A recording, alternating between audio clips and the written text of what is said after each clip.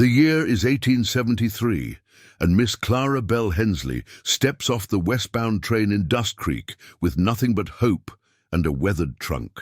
She's come as a mail-order bride, but the man who summoned her takes one look at her slight limp and walks away, leaving her stranded on the platform. The townsfolk whisper and stare, but no one moves to help, except Silas Harper, the town's most reclusive cattleman.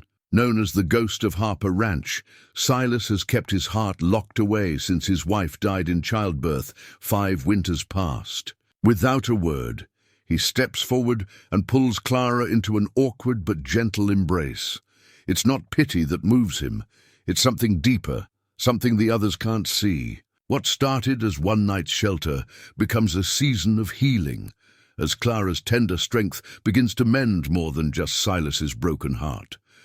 But when a face from Clara's past arrives with cruel intentions, will this simple act of kindness prove strong enough to transform an entire town? Before we jump back in, tell us where you're tuning in from. And if this story touches you, make sure you're subscribed, because tomorrow I've saved something extra special for you. Clara Belle Hensley had always known she wasn't the marrying kind, at least not in the traditional sense that caught men's eyes in the parlors of Columbus, Ohio. At 26, she carried herself with the quiet dignity of a woman who'd learned to find her worth in useful hands rather than a pretty face. Her auburn hair, always pinned back sensibly, caught the afternoon light as she'd worked in her sister's kitchen, kneading bread with the same methodical patience she applied to most everything in life. The limp had come from a childhood fever that left her right leg slightly shorter than the left, but Clara had never let it slow her down much. She'd taught herself to move with a gentle grace that made folks forget about the uneven gait after a spell.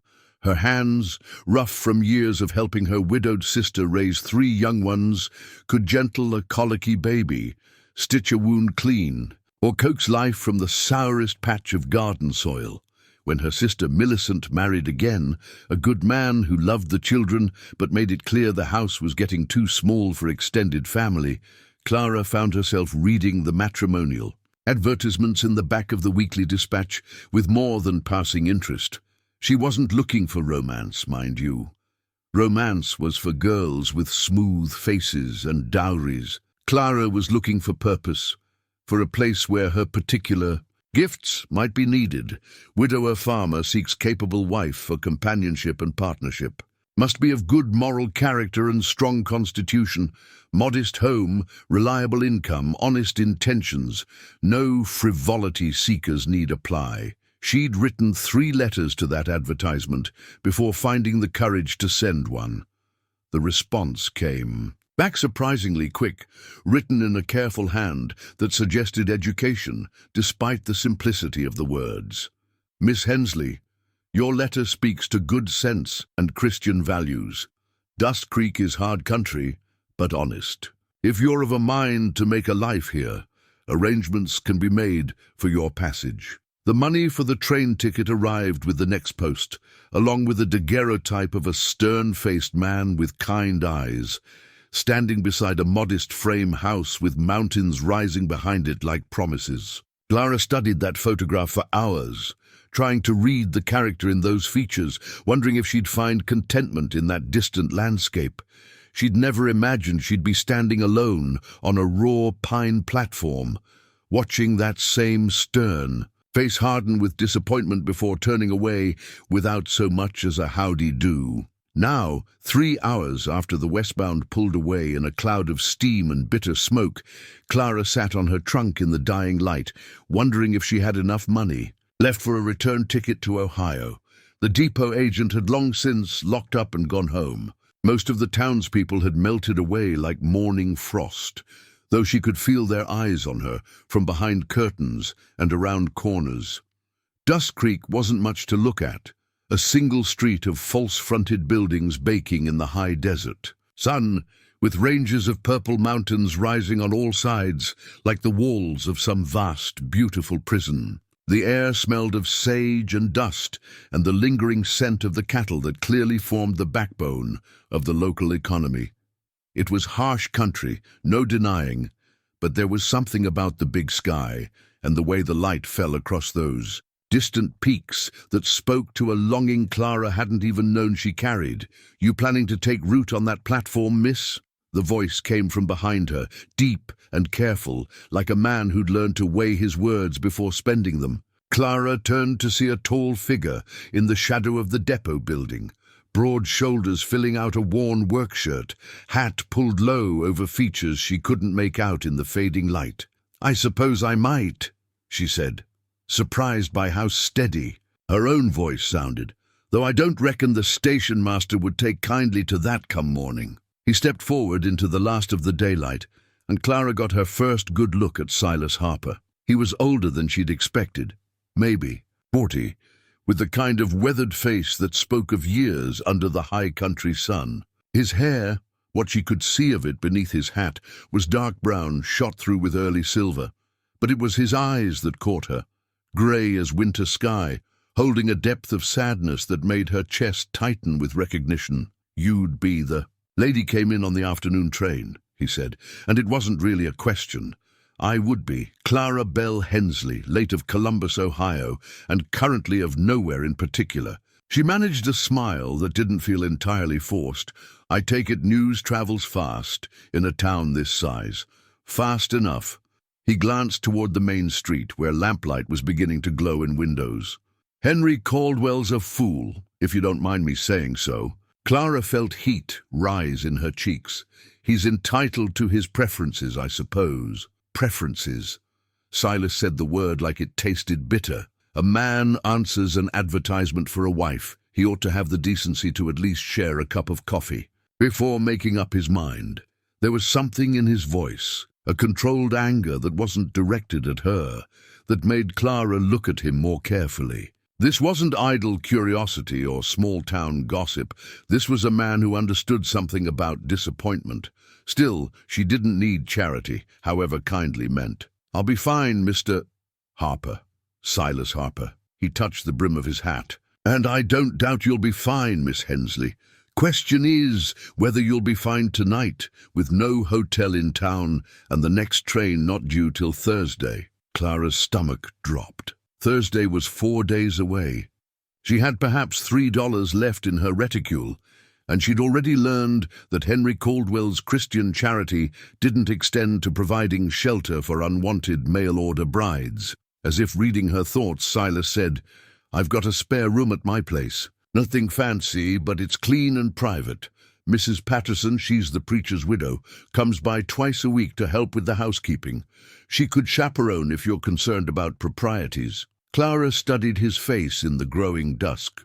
There was nothing false or calculating in his expression, just a quiet kindness that reminded her of her late father. Still, accepting shelter from a strange man in a strange town wasn't the sort of thing a sensible woman did lightly. "That's very generous, Mr. Harper, but I couldn't impose.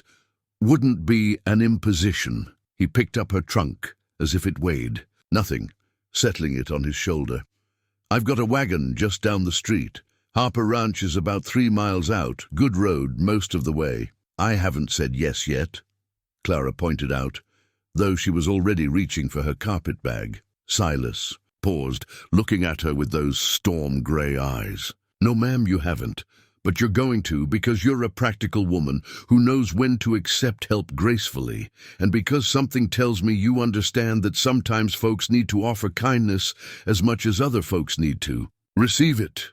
Clara felt something shift inside her chest, a recognition of truth that went deeper than logic. This man, this Silas Harper with his careful words and sad eyes, was offering more than just shelter. He was offering a moment of grace in what had been the worst day of her adult life. "I suppose I am," she said quietly, "and I suppose I do." Without another word, he turned toward the street. Clara followed, her uneven gait keeping time with his longer strides as they walked toward whatever the evening might bring. Behind them, the empty platform seemed to watch their progress with the patience of a place that had seen many arrivals and departures, and knew that not all journeys ended where they began. The wagon was plain but well maintained. the horse a sturdy bay that nuzzled Clara's palm when she offered it. Silas helped her up to the seat with the same quiet courtesy he'd shown since first speaking to her, then settled beside her with the reins in his capable hands. As they rolled out of town, Clara caught glimpses of curious faces in windows, and she knew that by morning the entire population of Dustcreek would know that the rejected mail-order bride had gone home with the Ghost of Harper Ranch. The thought should have mortified her, but somehow, sitting beside this kind, damaged man as the stars began to appear in the vast sky above, Clara found she couldn't bring herself to care what the gossips might say. Some things, she was learning, mattered more than reputation. The morning came soft and golden over Harper Ranch, with the kind of light that made even the harsh country look gentle. Clara woke in a narrow but comfortable bed, surrounded by whitewashed walls and simple furniture that spoke of a man's practical needs rather than a woman's touch. The room smelled faintly of lavender, Mrs. Patterson's influence no doubt, and through the single window she could see rolling pasture land stretching toward those magnificent mountains. She'd slept better than she had in weeks, which surprised her given the circumstances. Perhaps it was the altitude or the clean air, or simply the relief of having a roof over her head and no immediate decisions to make. Silas had been the perfect gentleman the night before, showing her to her room with quiet efficiency before, bidding her good night and disappearing into what she assumed was his own quarters at the far end of the house. Now, dressed in her second-best dress and having done what she could with her hair, using the small mirror above the washstand, Clara made her way to the kitchen, following the scent of coffee and something that might have been biscuits. She found Silas at the stove, managing what was clearly a valiant but inexpert attempt at breakfast. He looked up when she entered, and she caught a glimpse of something almost shy in his expression before he turned back to the pan. "Morning, Miss Hensley. Hope you slept well." "I did, thank you. And please call me Clara, after last night's kindness. I think we can dispense with excessive formality." He nodded, still focused on what appeared to be eggs that were fighting a losing battle against overcooking. "Coffee's fresh, if you'd like some. Afraid I'm not much of a cook, but I figured you might be hungry after yesterday's troubles."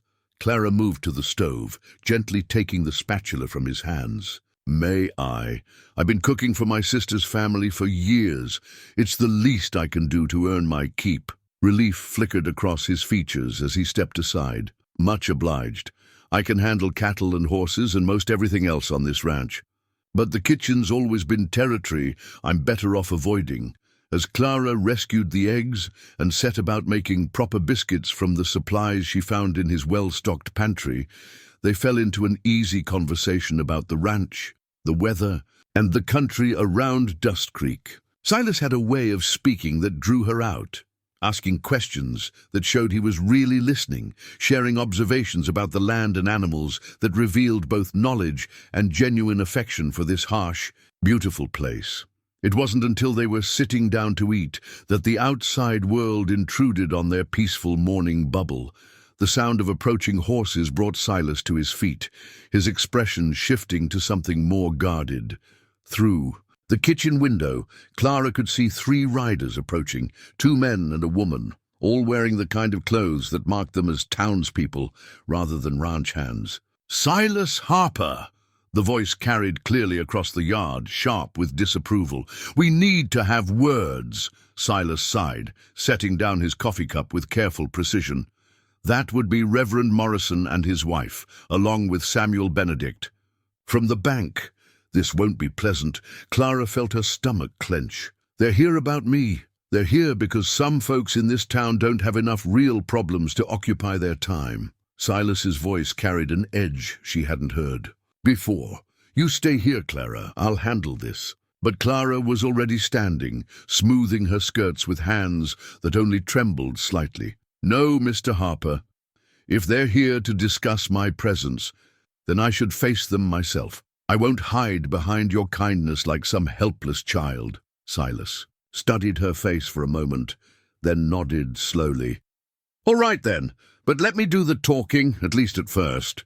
They walked out onto the front porch together, Clara acutely aware of how the scene must look to their visitors, the rejected mail-order bride emerging from the house of the town's most notorious recluse, both of them clearly having shared breakfast. She lifted her chin and kept her shoulders straight, drawing on every lesson in dignity her mother had ever taught her. Reverend Morrison was a thin, severe-looking man with the kind of pale skin that suggested he spent most of his time indoors, with his books.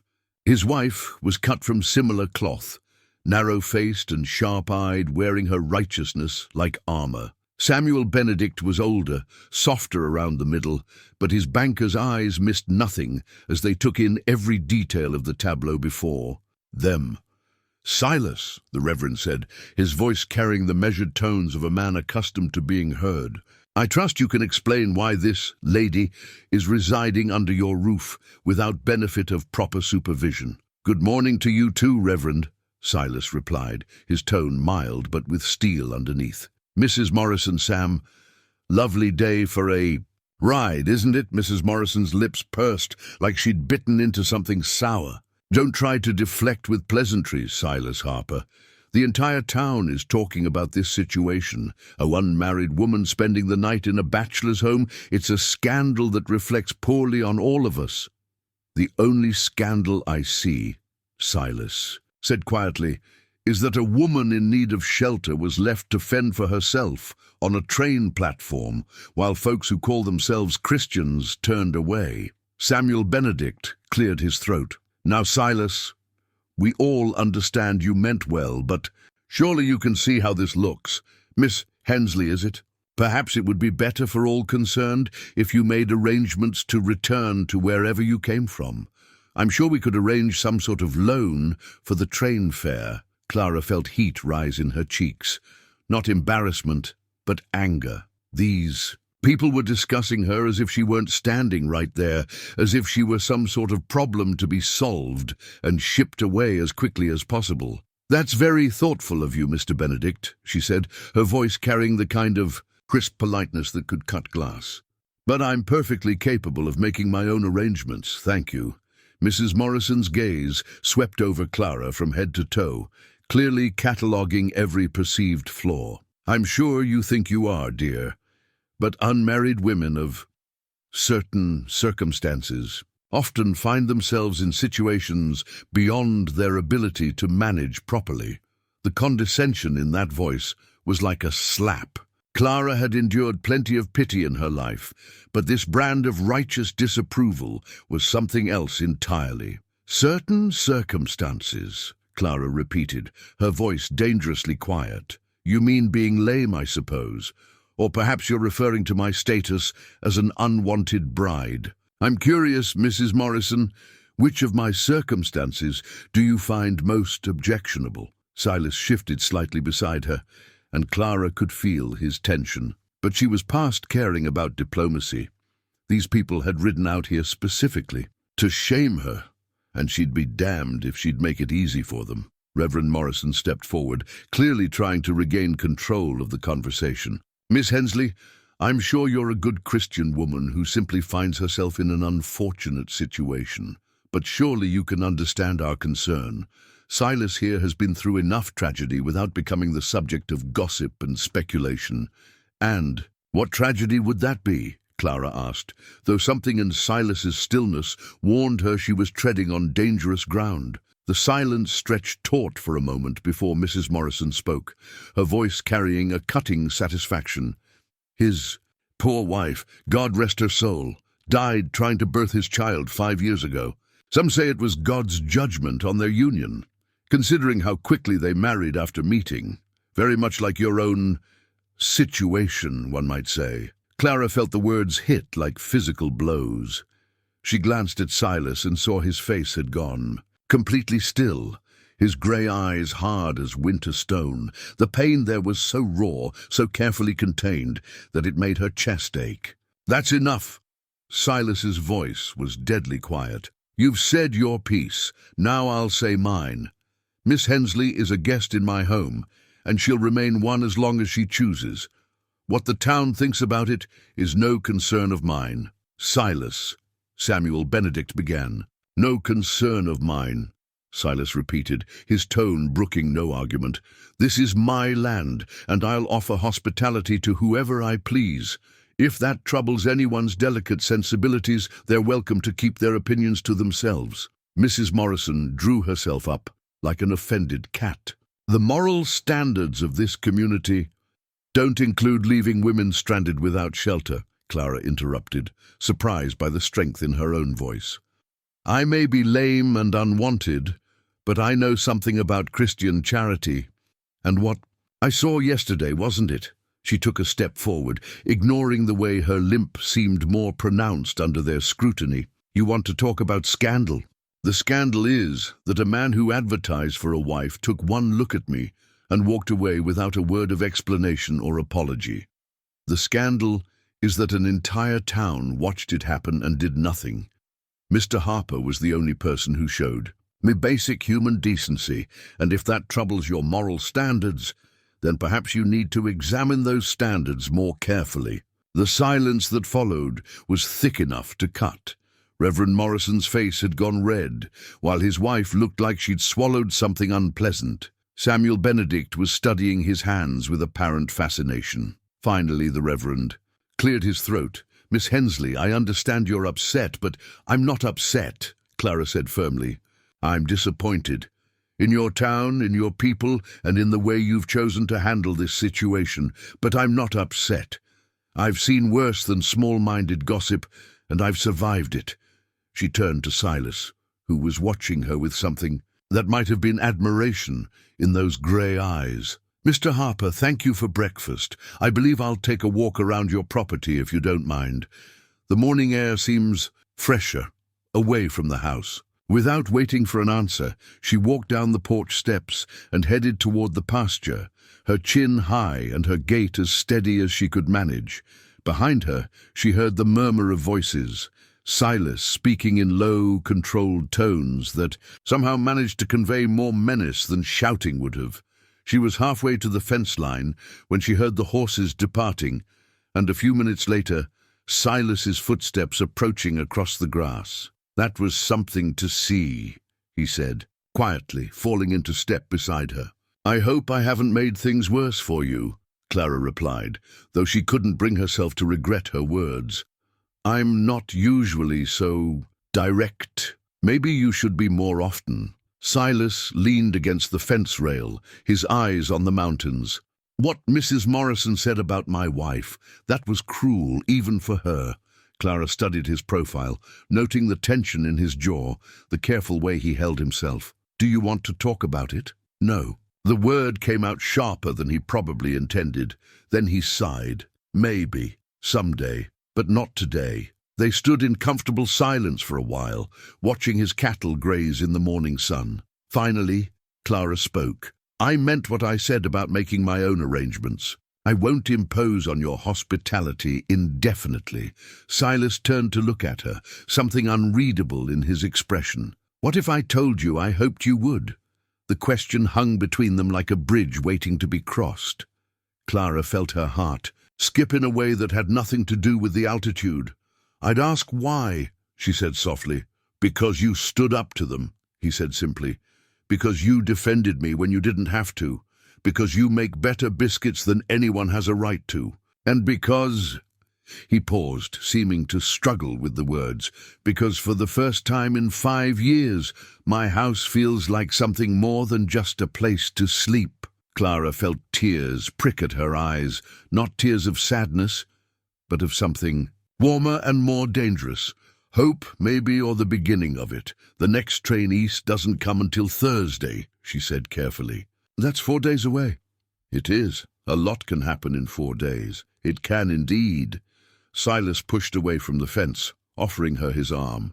"Well then, Miss Clara Belle Hensley of Columbus, Ohio, how would you like to see the rest of Harper Ranch? It's not much, but it's home." Clara slipped her hand through his arm, marveling at how natural the gesture felt. "I'd like that very much, Mr. Harper. I'd like that very much indeed." As they walked back toward the house, Clara couldn't help but noticed that the morning seemed brighter somehow, full of possibilities she hadn't dared to imagine when she'd stepped off that train yesterday. Behind them, the mountains stood sentinel over the valley, and ahead lay whatever the day might bring. For the first time since leaving Ohio, Clara found herself genuinely curious about what that might be. The days that followed settled into a rhythm that surprised Clara with its naturalness.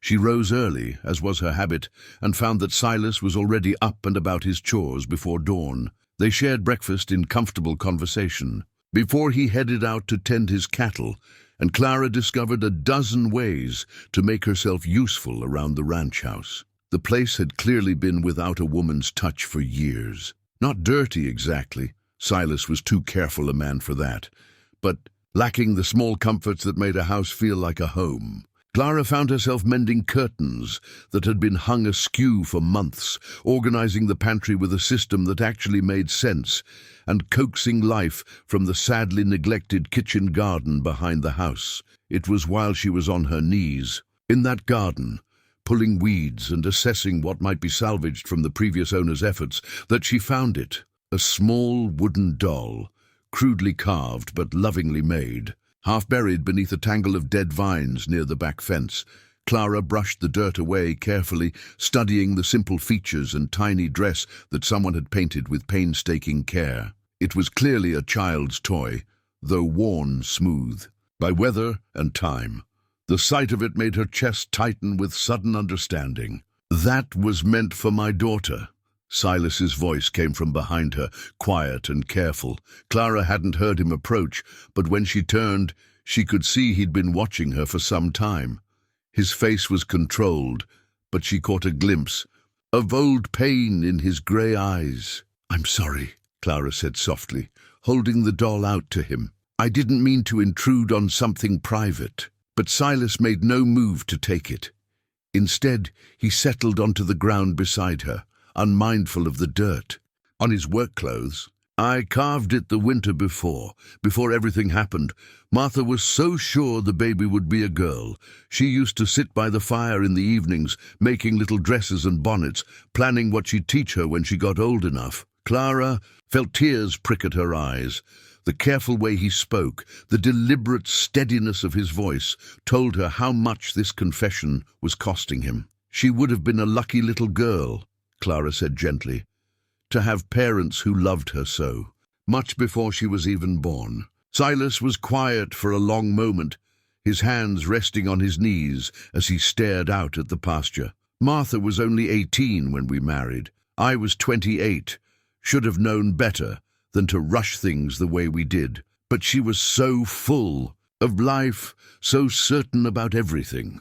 She made me believe that wanting something badly enough could make it happen." "How did you meet her?" A ghost of a smile crossed his features. "She came west with her family when they decided to try farming. Out here, her father had grand plans about raising wheat in this country, plans that didn't work out too well. Martha was helping her mother run a boarding house in town when I first saw her. She was singing while she hung laundry on the line, and He shrugged. "I suppose I was lost from that moment on." Clara could picture it easily, a young woman full of dreams and determination, charming a lonely rancher who'd probably never met anyone like her. "She sounds wonderful." She was, and stubborn as a mule when she set her mind to something. His voice carried warmth now, along with the sadness. "When she decided she wanted to marry me, she didn't waste time being coy about it. Proposed to sew. Me herself, if you can believe that. Said life was too short to wait around for men to figure out what they wanted." "A woman after my own heart," Clara murmured, and was rewarded with a genuine smile. "You would have liked each other, I think. Martha had strong opinions about how women should be treated, and she wouldn't have stood for what happened to you yesterday any more than you did." They sat in comfortable silence for a while, the wooden doll resting in Clara's palm like a bridge between past and present. Finally, Silas spoke again. "The baby came early, January, in the middle of the worst blizzard I'd ever seen. Doc Peterson couldn't get out from town, and His voice caught slightly. "I tried to help, but I didn't know what I was doing. Martha fought for hours, but the baby was turned wrong, and there was nothing I could do for either of them. Clara reached over and covered his hand with her free one, offering what comfort she could. I'm so sorry, Silas. Worst part was, the baby was a girl, just like Martha had predicted. Perfect little thing, would have been beautiful like her mother. He took a shaky breath. I buried them together up on the hill behind the house.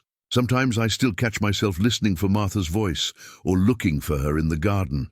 Grief has its own timeline, Clara said softly. There's no rushing it, and no shame in holding on to the love that caused it. Silas looked at her, with something like surprise in his eyes. You sound like you know something about loss. Clara considered her words carefully. There were things in her past that she wasn't ready to share, wounds that were still too tender to expose to the light. But this man had just trusted her with his deepest pain, and she owed him something in return. I was engaged once, she said, finally. Back in Ohio. A good man, a school teacher who didn't seem to mind about my limp. We had everything planned. The church, the house we'd rent, even picked out names for the children we hoped to have. What happened? He died of pneumonia, 6 weeks before our wedding. Sudden thing, healthy one day, gone the next. Clara smoothed her thumb over the wooden doll's painted face. I thought I'd die from the pain of it. Couldn't understand how the world could just keep turning when my whole future had disappeared. How long ago? 3 years. Long enough that I can talk about it without crying most days, but I understand about listening for voices that aren't there anymore. They sat quietly for a few more minutes, sharing a grief that needed no words. Finally, Silas stirred. What do you think I should do with that? He nodded toward the doll. Clara looked down at the small, carved figure, thinking about love and loss, and the strange ways life sometimes offered second chances. I think you should keep it somewhere safe, not hidden away like it's something shameful, but where you can see it sometimes and remember how much love went into making it. Silas nodded slowly. Martha would have wanted that, I think. She always said love wasn't meant to be buried with the dead. She sounds like a wise woman. She was. He stood, brushing dirt from his clothes, then offered Clara his hand to help her up. Come on, I want to show you something else. He led her around to the back of the house, where a well-worn path led up a gentle slope toward a stand of aspen trees. As they climbed, Clara could see 2 simple wooden crosses standing beneath the golden leaves, surrounded by a low fence that someone, Silas, she realized, had built by hand. I come up here most evenings, Silas said as they reached the little cemetery.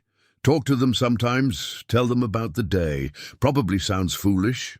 Not foolish at all. Clara studied the crosses, noting the careful carving of the names and dates. Martha Harper, beloved wife. Baby girl, Harper, our angel. Love doesn't end just because someone dies. That's what Mrs. Patterson keeps telling me. She's been after me for years to start living again instead of just existing. Silas glanced at Clara. She's coming by tomorrow, actually. I think you'll like her, the preacher's widow. Will she approve of my presence here? Silas's mouth quirked in what might have been amusement.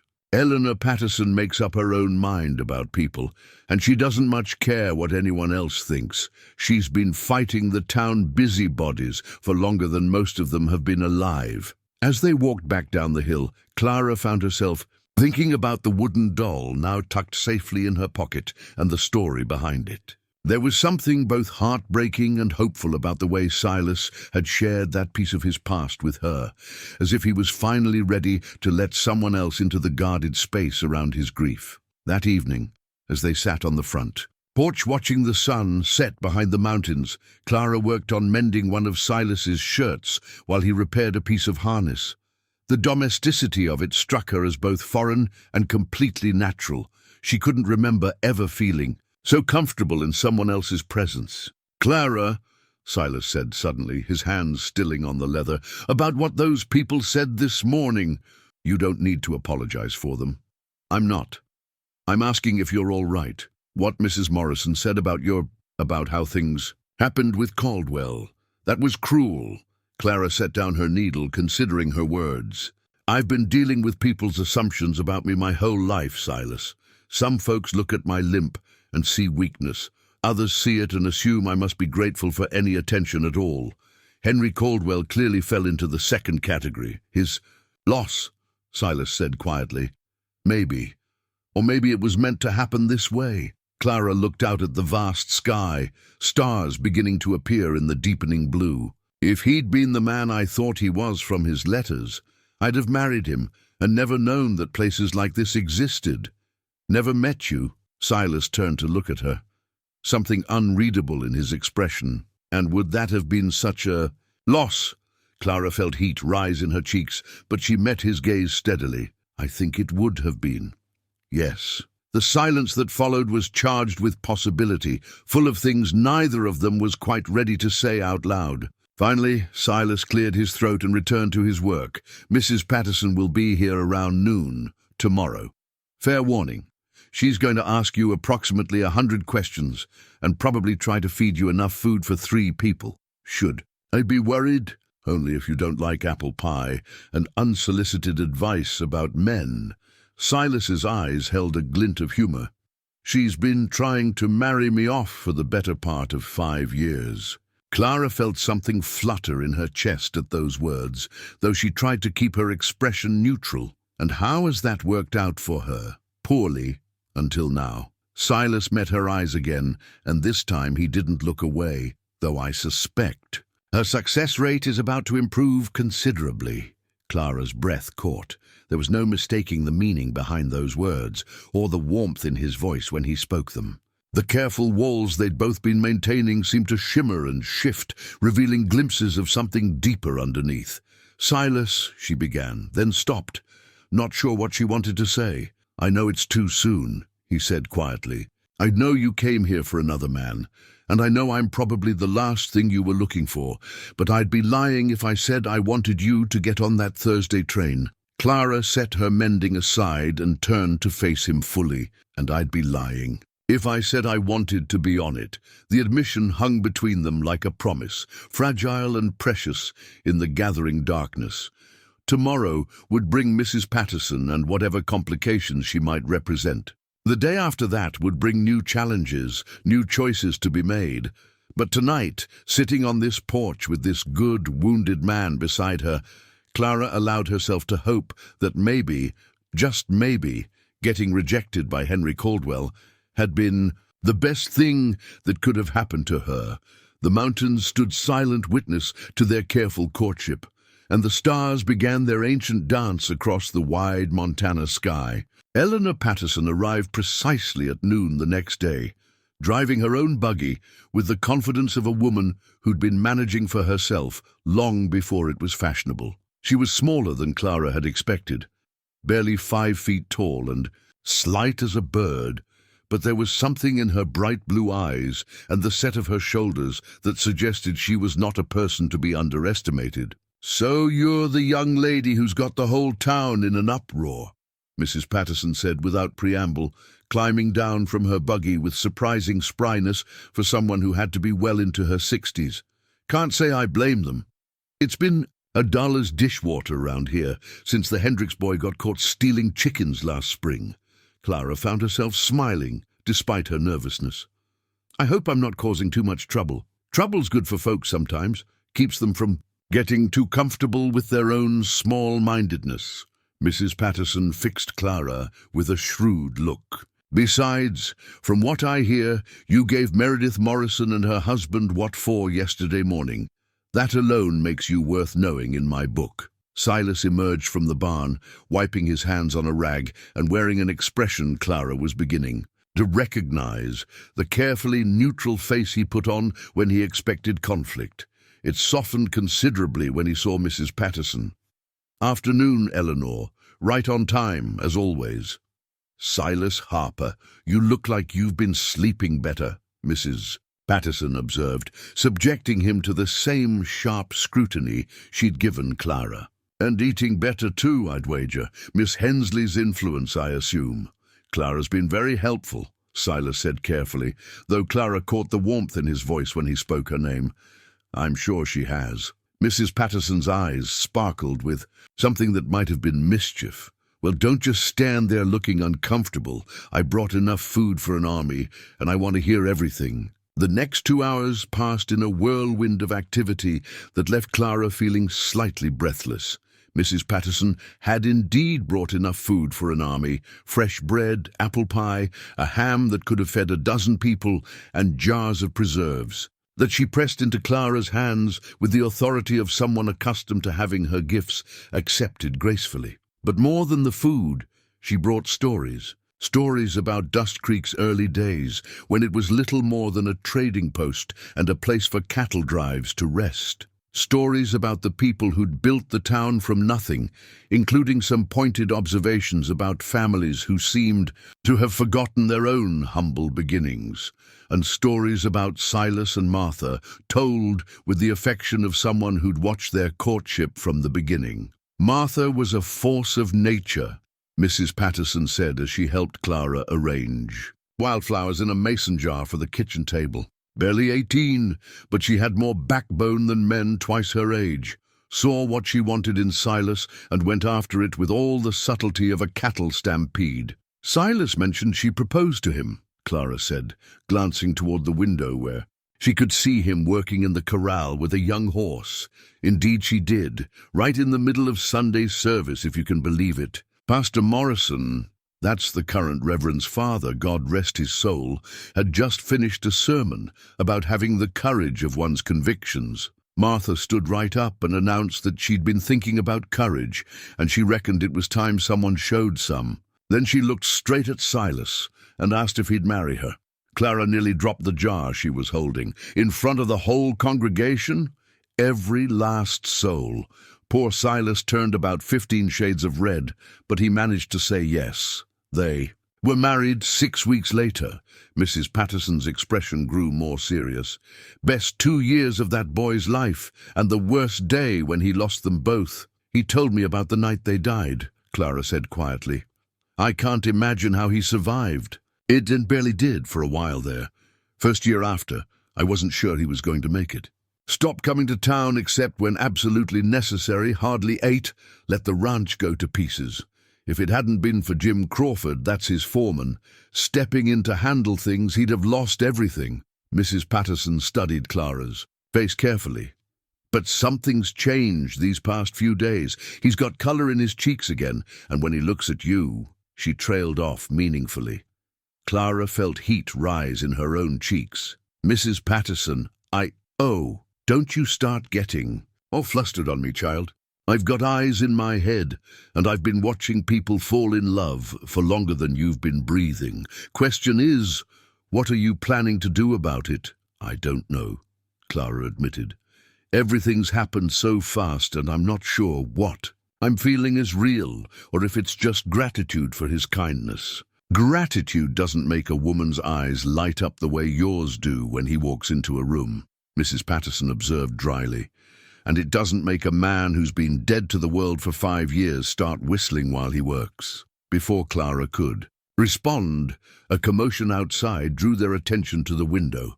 A wagon was approaching fast, driven by a young man who was clearly in distress. Even from a distance, Clara could see him waving at Silas, his movements urgent and panicked. Silas dropped the rope he'd been working with and strode quickly to meet the wagon, his face already shifting into the controlled expression Clara was learning meant he was preparing for bad news. "That's Tommy Patterson," Mrs. Patterson said, already moving toward the door. "My nephew's boy. Something's wrong." They hurried outside in time to hear Tommy's breathless explanation. "Mr. Harper, you got to come quick. It's my Aunt Sarah. The baby's coming, but something ain't right. She's been laboring since before dawn, and Ma's scared. Doc Peterson's out at the widow McKinnon's place with her pneumonia, and we don't know what to do." Clara felt something cold settle in her stomach. A difficult birth, no doctor available. She'd heard this story before, and she knew how it could end. "Where's Sarah?" Mrs. Patterson demanded, already untying her apron. "At our place, ma'am. Ma didn't want to move her once the pain started coming so close together." Silas was already moving toward the barn. "I'll saddle the horses. Eleanor, you go ahead in the buggy, and I'll—" "Wait." Clara's voice cut through the urgency, stopping them all in their tracks. "I can help." 3 pairs of eyes turned to her, and Clara felt the weight of their attention like a physical thing. But she'd made her decision, and there was no taking it back now. "I've delivered babies before," she said, her voice stronger now. "My sister's 3, and several others back in Ohio. I'm not a doctor, but I know what to do when things go wrong." "Clara," Silas said carefully, "if something happens—" "Something's already happening," Clara interrupted, moving toward the buggy.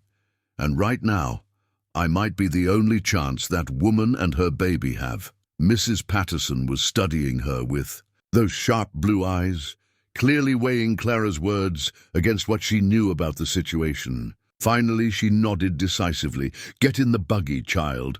Tommy, you ride ahead and tell your mother we're coming.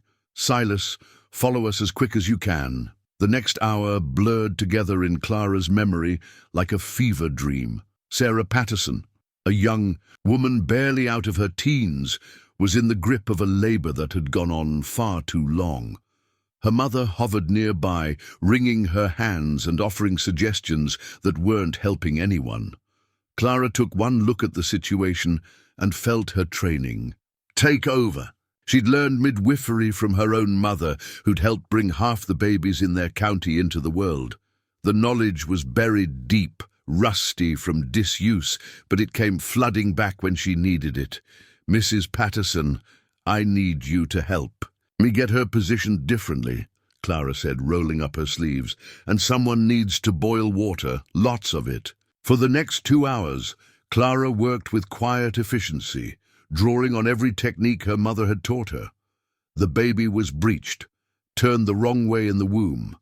But Clara had seen it before and knew what to do. It was delicate work, requiring patience and steady hands. But gradually she managed to turn the child into the proper position. When Sarah's daughter finally entered the world with a lusty cry that could be heard throughout the house, Clara felt tears of relief streaming down her face. She cleaned the baby carefully, checked to make sure she was breathing properly, then placed her in her mother's arms.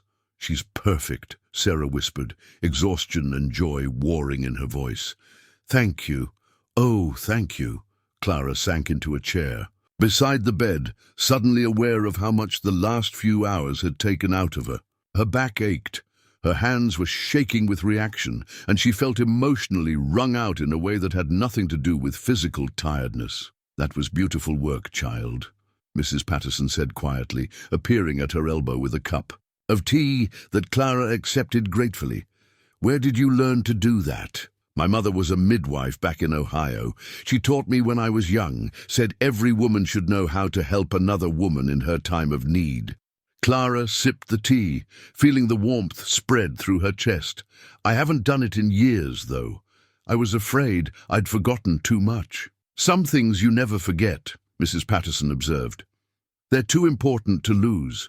It wasn't until they were preparing to leave that Clara noticed her hands were stained with blood, and that her second-best dress, the only good dress she had, was likely ruined beyond repair. The sight of it brought an unexpected wave of emotion. She'd been so focused on helping Sarah that she hadn't thought about the practical consequences of her actions. "It'll wash," Mrs. Patterson said firmly, following Clara's gaze.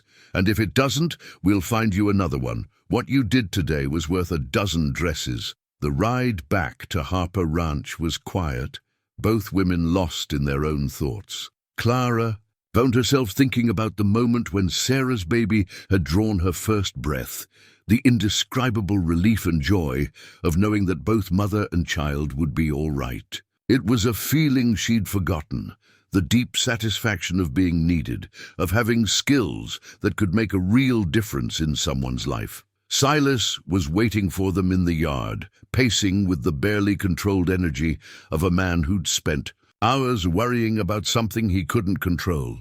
The relief on his face when he saw them was almost palpable. "How did it go?" he asked as soon as the buggy stopped. "You're Miss Hensley," Mrs. Patterson said, with deliberate emphasis on the possessive. "Just saved 2 lives today. Sarah and the baby are both doing fine, thanks to her." Silas's eyes found Clara's, and she saw something in them that made her breath catch. Pride, admiration, and something deeper that she wasn't quite ready to name. "You're all right?" he asked quietly. "I'm fine," Clara said, then amended, "Tired, but fine." Mrs. Patterson climbed down from the buggy with her usual brisk efficiency. "Well, I'd better get back to town. This news will be all over Dustcreek by supper time, and I want to make sure it's told properly." As she prepared to drive away, she leaned close to Clara and spoke in a voice just loud enough for Silas to hear. "That cameo brooch you're wearing, it was your mother's?" Clara's hand went automatically to the brooch at her throat, her mother's most precious possession and the only thing of real value she owned. "Yes, Mom. She'd be proud of what you did today, and she'd be proud of the choice you're making." "To stay here." Mrs. Patterson's eyes twinkled with satisfaction. "Because you are staying, aren't you? After today, I don't think this town could bear to lose you." Clara looked at Silas, who was watching her with an expression that was carefully neutral, but for the hope in his grey eyes. Then she looked around at the ranch that had started to feel like home, at the mountains that seemed to hold the promise of a different kind of life. "Yes," she said quietly, "I think I am." That evening, as they sat on the porch watching the stars appear, Silas reached over and took Clara's hand. It was the first time he'd touched her deliberately, and the warmth of his calloused palm against hers sent something electric shooting through her chest. "What you did today," he said quietly, "that took real courage. I just did what needed doing." "No," Silas said firmly. "You did what someone with skill and compassion and a good heart does. You saved lives, Clara. That's not something to dismiss lightly." Clara felt tears prick at her eyes. Not tears of sadness, but of something she hadn't felt in a very long time. She felt valued, appreciated for who she truly was, rather than who she wasn't. "Thank you," she whispered. "For what?" "For seeing me. Really seeing me, not just my limp or my circumstances or any of the other things people usually notice first." Silas's thumb traced gentle circles on the back of her hand. "How could I see anything else? You're the strongest person I've ever met, Clara Belle Hensley, and the kindest. And if I'm very lucky," he paused, seeming to gather his courage. "If I'm very lucky, maybe you'll let me spend the rest of my life proving that I see exactly who you are." Clara turned to face him fully, her heart hammering against her ribs. "Silas, are you—" "I'm saying I love you," he said simply. "I know it's too soon, and I know it's probably crazy, but I can't help it. I love your strength and your gentleness and the way you stand up to bullies. I love that you saved 2 lives today without thinking twice about it. I love that you make my house feel like a home again." Clara felt her world tilt and reshape itself around those words.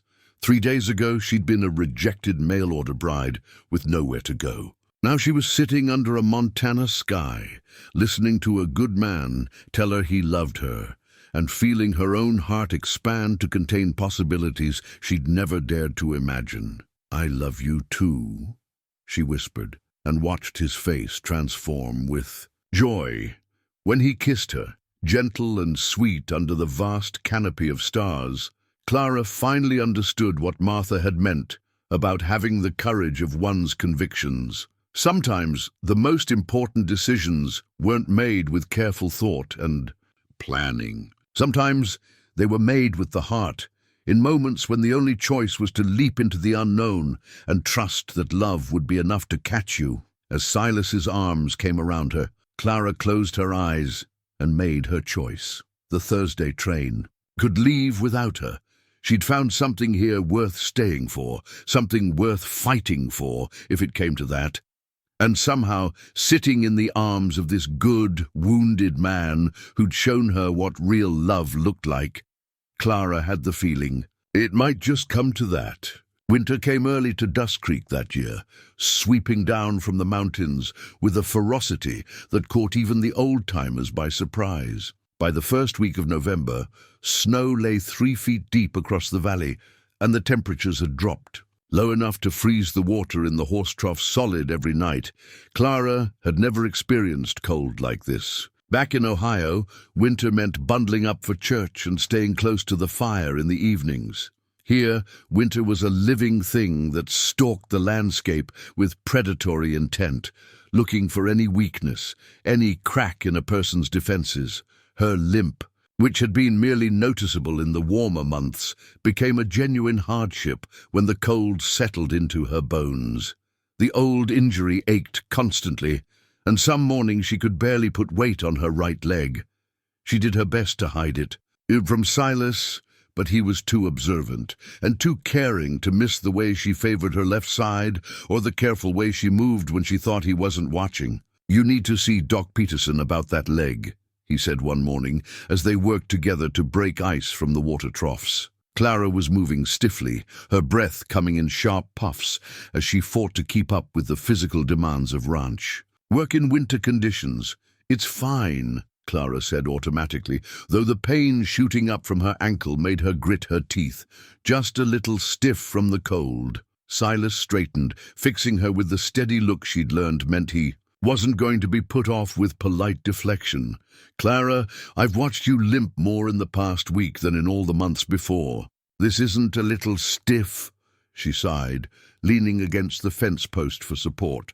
The truth was, the cold was affecting her more than she'd expected.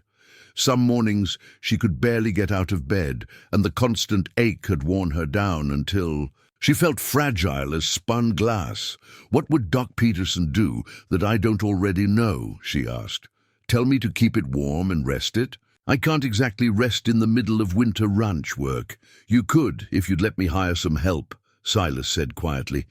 "Jim Crawford's been after me for years to take on another hand for the winter months, with the cattle needing constant attention." "In this weather, you're not hiring help because of me," Clara interrupted, her voice sharper than she'd intended. "I won't be the reason you spend money you might not have." It was an old argument between them, born of Clara's fierce independence and her awareness that she was still, technically, a guest in his home. They'd talked about marriage in the abstract, about love and futures and the life they might build together, but nothing had been formalized. No banns had been posted, no rings exchanged.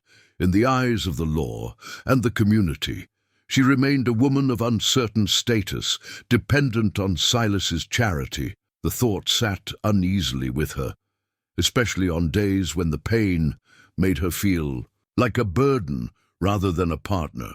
Silas's jaw tightened, a sure sign that he was fighting his own frustration. "Clara, this isn't about charity or dependence. This is about the woman I love being in pain and me wanting to do something about it. And what happens if something goes wrong?" The question burst out of her before she could stop it, carrying all the fear she'd been trying to keep buried. "And what happens if the winter gets worse, or the cattle don't make it, or you decide you can't afford to keep me here anymore?"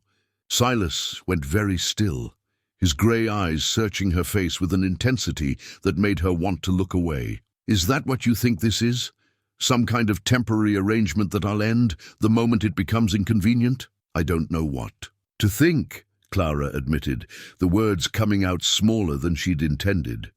"We've never talked about making this permanent, about what happens when spring comes and people start asking harder questions about my status here." The silence stretched between them, filled with the sound of wind in the bare trees and the distant lowing of cattle. Finally, Silas set down the tools he'd been holding and moved closer, his hands coming up to frame her face with gentle fingers. "Clara Belle Hensley," he said quietly, "I've been a fool.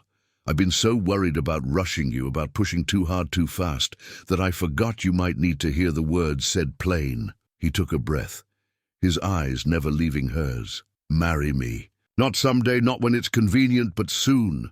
As soon as we can arrange it. I want you to be my wife, not my guest." I want your name on this deed alongside mine, and I want every person in this valley to know that you belong here. With me, permanently." Clara felt her breath catch, hope and fear warring in her chest. "Silas, I know the timing isn't ideal," he continued, his thumbs brushing away tears she hadn't realized were falling.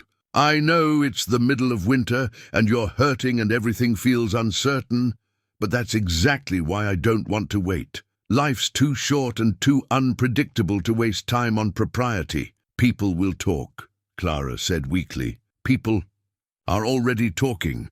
Let them talk about a wedding instead of speculation."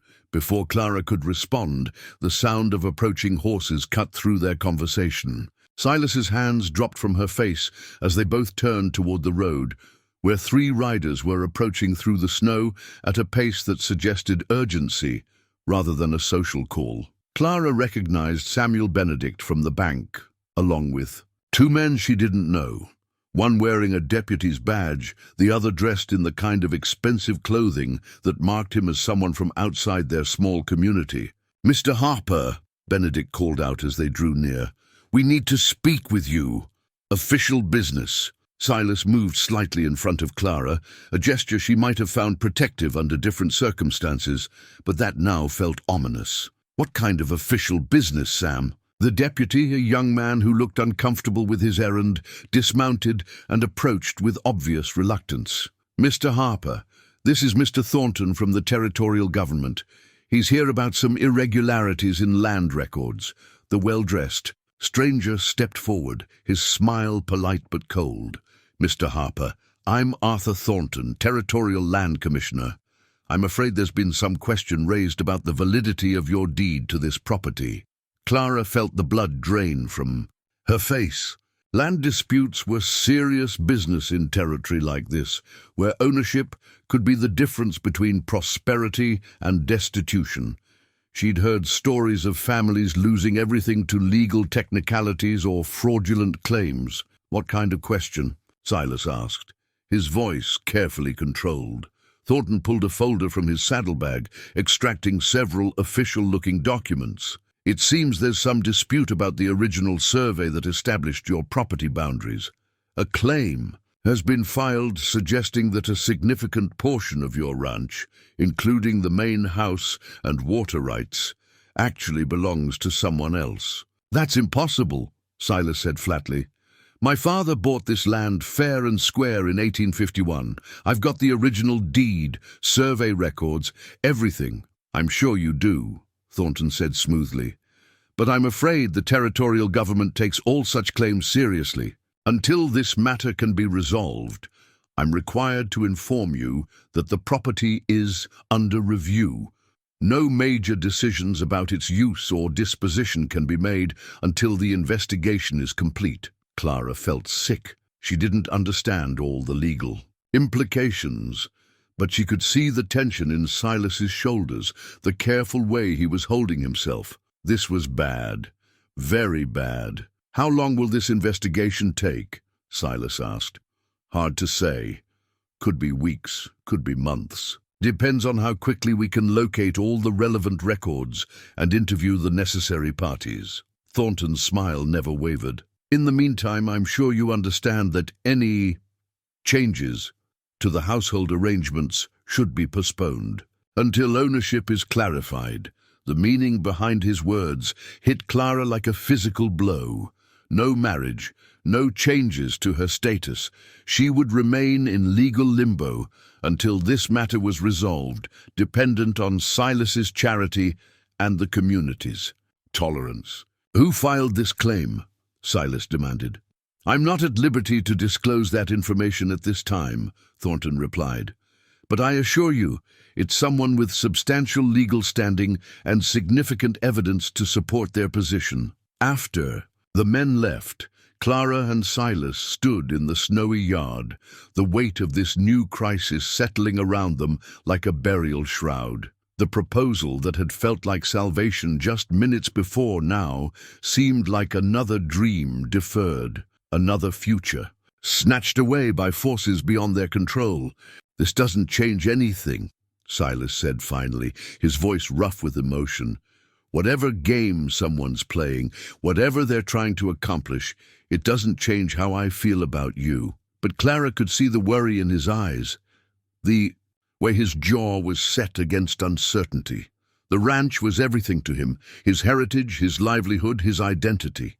If he lost it, what would be left? It changes everything, she said quietly, and you know it. That night, as the wind howled around the house and snow piled higher against the windows, Clara lay awake, staring at the ceiling and wondering if she was cursed to always be the woman standing on the platform, watching her future disappear into the distance.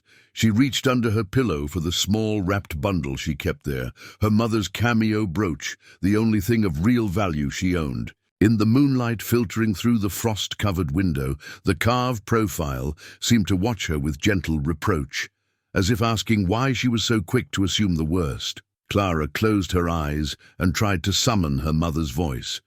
Tried to remember the strength and optimism that had carried her family through their own hard times. But all she could hear was the wind, and all she could feel was the ache in her leg and the growing certainty that happiness was something that happened to other people, in other places, in other lives. Outside, the winter stretched endlessly, in all directions, and somewhere in the darkness, enemies were stirring that Clara couldn't yet see, but could feel in her bones like an approaching storm. Spring arrived like a benediction, melting the snow and revealing a landscape transformed. The harsh edges of winter softened into rolling green hills dotted with wildflowers, and the air carried the sweet scent of new grass and possibility. For the first time in months, Clara could walk without constant pain, and she found herself spending long hours in the garden, coaxing life from soil that had seemed dead just weeks before. She'd started a collection of pressed flowers, small, blooms that caught her eye as she worked around the ranch.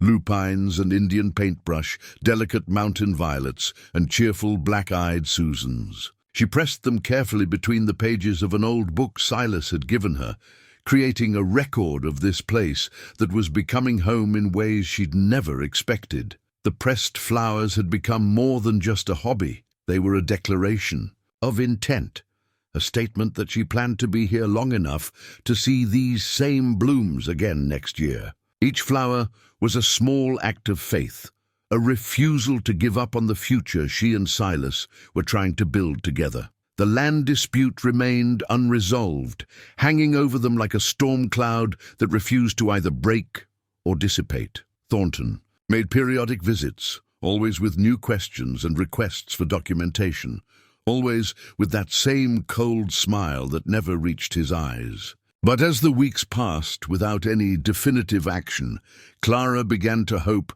that perhaps the claim was frivolous, that whoever was behind it would eventually give up and go away. It was Clara's idea to organize the church social, the first one. Dustcreek had seen in over 2 years.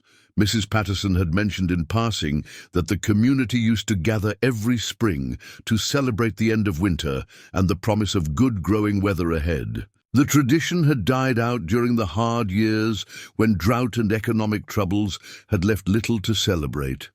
But this year feels different, Clara said, as she and Mrs. Patterson worked together in the church kitchen, preparing for the event. People seem more hopeful. Maybe it's time to start some traditions again. Mrs. Patterson smiled, her hands never pausing in their work of kneading bread for the gathering. You know, I think you're right. There's been a change in the air around. Here since you arrived, folks seem more willing to help each other, more interested in being neighbors instead of just people who happen to live in the same place. I can't take credit for that, can't you? Mrs. Patterson fixed her with one of those sharp looks that seemed to see straight through to a person's soul. When was the last time you saw Samuel Benedict crack a smile, or noticed Reverend Morrison actually listening to what people were saying instead of just waiting for his turn to talk? People change when they see real kindness in action, Clara. It reminds them of who they used to be or who they might become. The social was scheduled for a Saturday afternoon in late May when the weather was warm enough for outdoor activities. but not yet so hot as to be uncomfortable. Clara had thrown herself into the planning with an enthusiasm that surprised even her, organizing games for the children, coordinating food donations, and somehow convincing even the most reluctant families to participate. Silas watched her preparations with a mixture of pride and amazement that warmed Clara's heart. He'd begun to heal in ways that went beyond just learning to smile again. There was a lightness to him now, a sense of engagement with the world that Mrs. Patterson said she hadn't seen since before Martha's death. "You know," he said one evening, as they sat on the porch watching the sunset paint the mountains in shades of gold and rose, "I've been thinking about what we talked about this winter. About making things permanent." Clara's heart skipped, but she kept her voice carefully neutral. "The land situation is still unresolved." "I know, but maybe that doesn't matter as much as I thought it did." Silas turned to look at her, his grey eyes serious. "This ranch is important to me. It's my father's legacy, and I'd fight to keep it. But you're more important. If we lost everything tomorrow, as long as we had each other, we could start over somewhere else." "Silas, I'm not saying I want to lose the ranch," he continued quickly. "I'm saying that I won't let the fear of losing it keep me from claiming the future I want. We've waited long enough, Clara. Legal complications or no legal complications. I want to marry you. Soon." Clara felt tears prick at her eyes, not tears of sadness, but of something deeper and more complex. Relief, maybe, or gratitude for this man who was willing to choose love over security, hope over fear. "After the social," she said quietly, "when we can do it properly, with the whole community there to witness it. I want everyone to see that we chose each other, whatever may come." The day of the social dawned clear and bright, with the kind of perfect spring weather that seemed too good to be true. By noon, the area around the church was bustling with activity as families arrived with blankets and baskets, children ran between the adults like excited puppies, and the older folks settled into whatever shade they could find to watch the proceedings. Clara moved through the crowd, helping to organize activities and ensuring everyone felt welcome, and she was struck by how different this felt from the cold reception she'd received when she first arrived in Dustcreek. People greeted her by name now, asked her opinion on matters large and small, included her in conversations about everything from the weather to local politics. She was especially pleased to see that even some of the families who'd been most vocal in their disapproval of her living situation had come, bringing food and participating in the games with apparent enthusiasm. Reverend Morrison still regarded her with a certain cool distance, but his wife had actually spoken to her civilly, and their children were playing happily with the others. "Quite a turnout," Samuel Benedict observed, appearing at Clara's elbow, as she supervised a group of youngsters engaged in a spirited game of tag. "I have to admit, I didn't think you'd get half this many people to show up." "People want to be part of something good," Clara replied, watching as Silas helped an elderly man to a chair in the shade. "They just needed someone to organize it and give them permission to enjoy themselves." "You've been good for this town," Benedict said, and there was genuine warmth in his voice. "Good for Silas, too.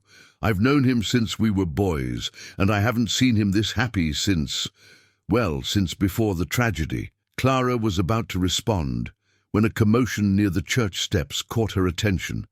A group of men had arrived, not locals, but strangers whose presence immediately changed the atmosphere of the gathering.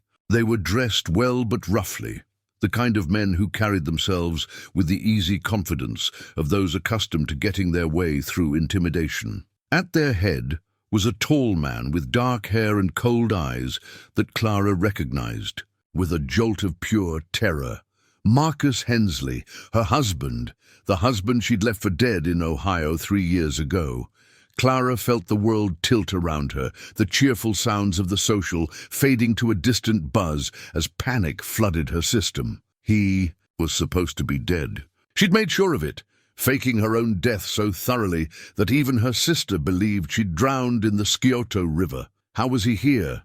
How had he found her? But even as the questions raced through her mind, she knew the answers didn't matter. What mattered was that Marcus was here in Dustcreek, and the look in his eyes as they found hers across the crowd promised nothing but trouble. "Clara Belle," he called out, his voice carrying clearly across the suddenly quiet gathering. "My dear, beloved wife, I've come such a long way to find you." The words hit the crowd like a physical blow. Clara heard gasps, saw shocked faces turning. To stare at her felt the weight of their sudden scrutiny and suspicion. In the space of a few seconds, everything she'd built here, every relationship, every moment of acceptance and belonging was crumbling around her. Silas was moving toward her, his face dark with confusion and growing anger, but Marcus was faster. He strode through the crowd with the confidence of a man who knew he held all the cards, his companions flanking him like an escort of wolves. "Imagine my surprise," Marcus continued, his voice pitched to carry to every person present, "when I learned that my poor dear wife, whom I've been mourning these 3 years, was alive and well and living in sin with another man."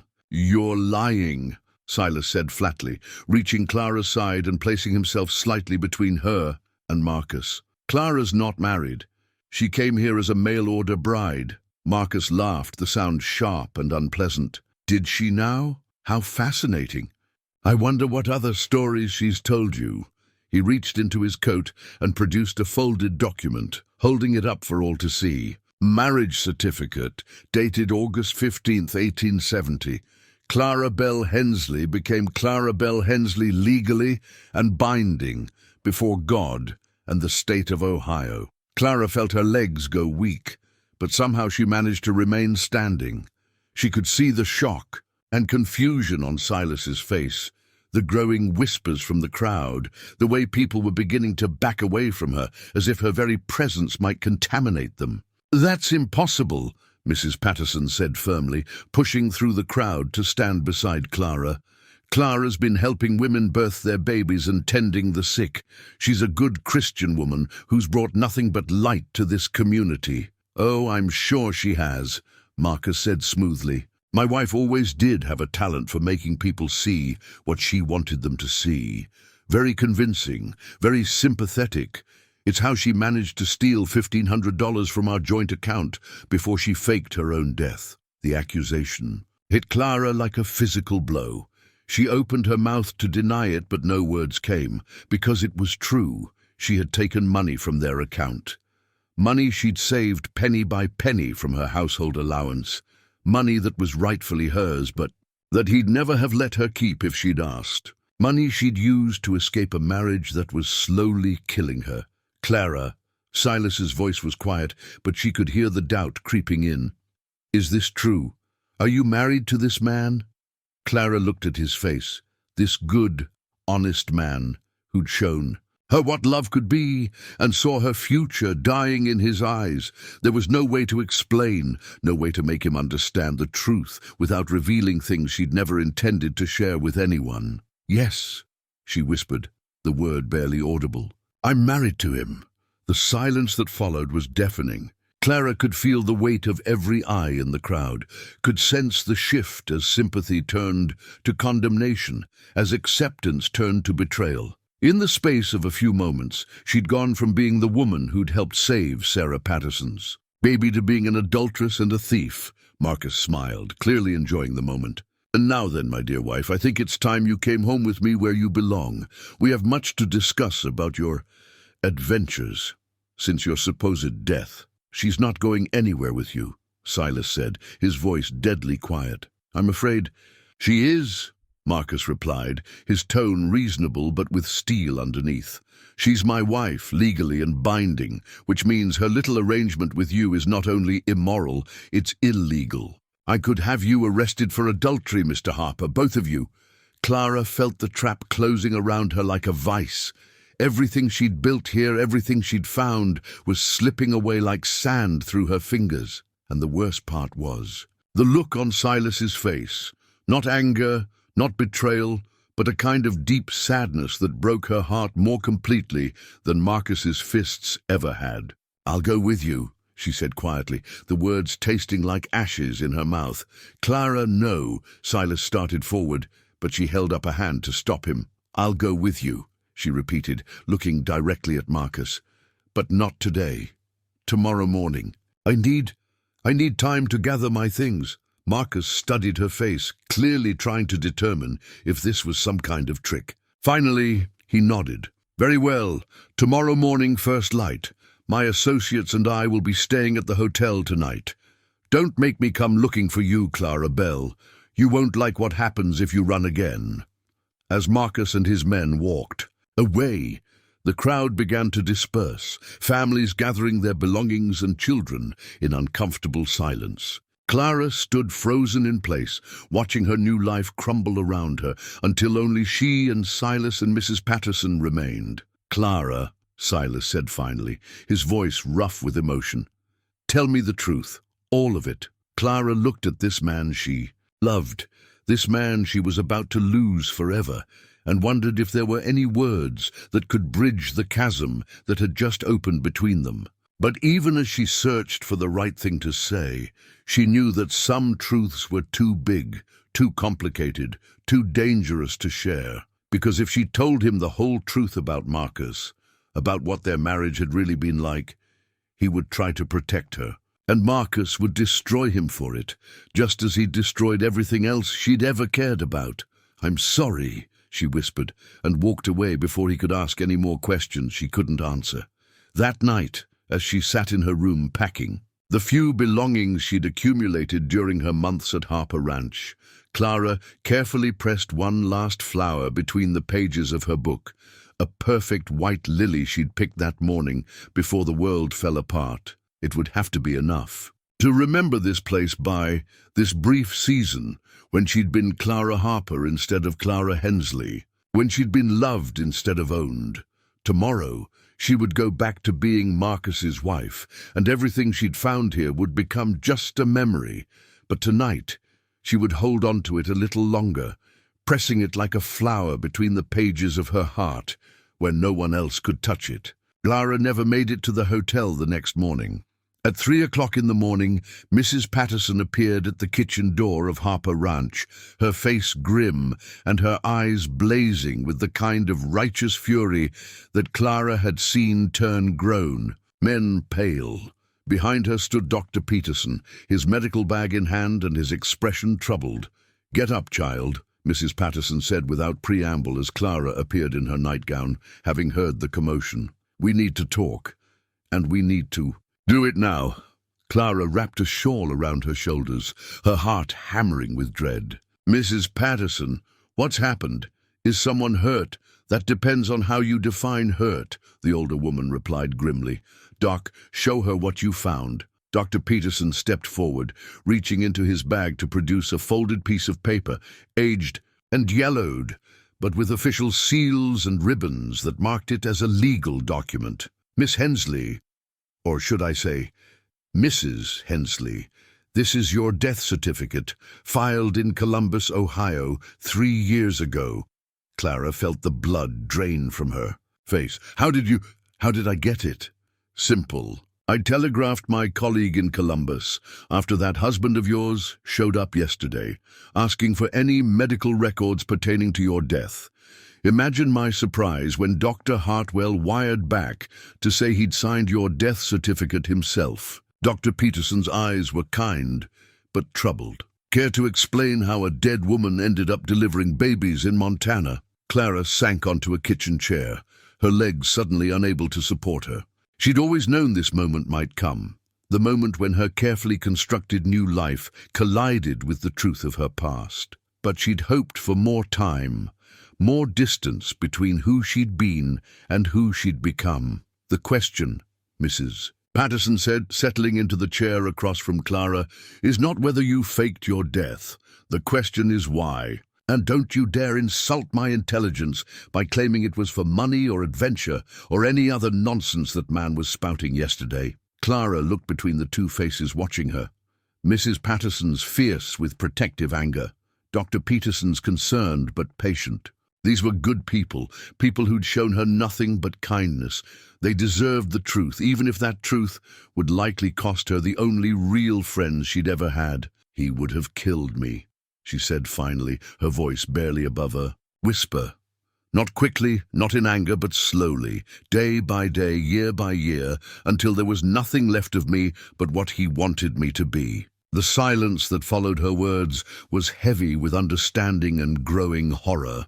Dr. Peterson leaned forward, his professional eye taking in details Clara hoped weren't visible. "Show me," he said quietly. Clara knew what he was asking. With shaking hands, she pushed back the sleeves of her nightgown, revealing the thin white scars that crisscrossed her forearms. Some straight, some jagged, all deliberately placed where they wouldn't show under normal clothing. Mrs. Patterson's sharp intake of breath was audible in the quiet kitchen. "Dear God in heaven, those are just the ones you can see," Clara said, her voice steady now that the worst was out. Marcus was creative in his punishments, and very careful to ensure they wouldn't be obvious to casual observers. Dr. Peterson took her hands gently, examining the scars with the clinical detachment that allowed him to function in the face of human suffering. "How long did this go on?" 2 years. We were married in August of 1870, and I died. In September of 1872, Clara pulled her sleeves back down, covering the evidence of her past. At first, I thought it was my fault. I thought if I could just be a better wife, if I could learn to anticipate his moods, if I could make myself perfect enough, he would stop hurting me. "That's what they want you to think," Mrs. Patterson said grimly. "Men like that, they're very good at making their victims believe they deserve the treatment they receive." Clara nodded, surprised by the older woman's understanding. "When I finally realized that nothing I did would ever be enough, I started planning my escape. It took me 8 months to save enough money and arrange everything. The drowning was—" She paused, remembering that terrible night when she'd stood on the banks of the Scioto River, holding her own shoes and wondering if she had the courage to go through with her plan. "Clever," Dr. Peterson said quietly. "Current was strong. That time of year, body could easily have been swept downstream and never recovered. But how did you manage the death certificate?" "Dr. Hartwell was my father's friend. He delivered me, treated me through childhood illnesses, watched me grow up. When I came to him that night, clothes soaked through and begging for help, he took one look at my injuries and asked what I needed him to do." Clara felt tears begin to slide down her cheeks as she remembered the kindness in the old doctor's eyes, the way he'd held her hands while she explained her desperate plan. He said, "No woman should have to die to escape a marriage. But if that was the only way to save my life, then he'd help me do it properly. He filed the death certificate, gave me money for train fare, and made me promise to write when I was safely settled somewhere new." "And did you?" Mrs. Patterson asked. "Write to him? Once. From Kansas to let him know I was alive. I never told him where I was going after that. I couldn't risk Marcus tracing the connection." Dr. Peterson sat back in his chair, his expression thoughtful. "That still doesn't explain how your husband found you. If you were legally dead, with no trail to follow." Clara's blood turned to ice as understanding dawned. "The land dispute?" she whispered. "Someone's been investigating the ranch, asking questions, looking into records. They would have found my name, my connection to Silas." "You think your husband is behind the challenge to Silas's deed?" Mrs. Patterson asked. "I think Marcus always was very good at finding people who owed him money and very creative about collecting debts." Clara felt sick as the implications sank. If he hired investigators to track me down, they would have discovered that I was living here. Filing a land dispute would be an easy way to gather information about the property, about Silas, about my situation. "That son of a bitch," Mrs. Patterson said with feeling. "Pardon my language, but that's exactly what he is." Just then, footsteps on the porch announced Silas's arrival. He appeared in the kitchen doorway, hair disheveled and eyes wild with worry. "Clara?" I heard voices, and when I saw lights, "Mrs. Patterson, Doc, what's going on?" His gaze fell on Clara's tear-stained face, and his expression shifted to something fierce and protective. "What's happened?" "Sit down, Silas," Mrs. Patterson said firmly. "There are things you need to know." For the next hour, Clara found herself telling her story again, this time to the man she loved, watching his face as understanding dawned and fury built in his grey eyes. When she finished, the silence stretched taut between them. "Show me," Silas said finally, his voice rough with emotion. Clara hesitated, then slowly pushed back her sleeves again. Silas's hands shook as he traced the scars with gentle fingers, his face going white with rage and pain. "I'll kill him," he said quietly, and Clara could hear the absolute sincerity in his voice. "I'll kill him for touching you." "No, you won't," Clara said firmly, "because that's exactly what he wants. He wants you angry, wants you to do something reckless that will give him legal grounds to have you arrested or worse." "Then what do you suggest?" Silas demanded.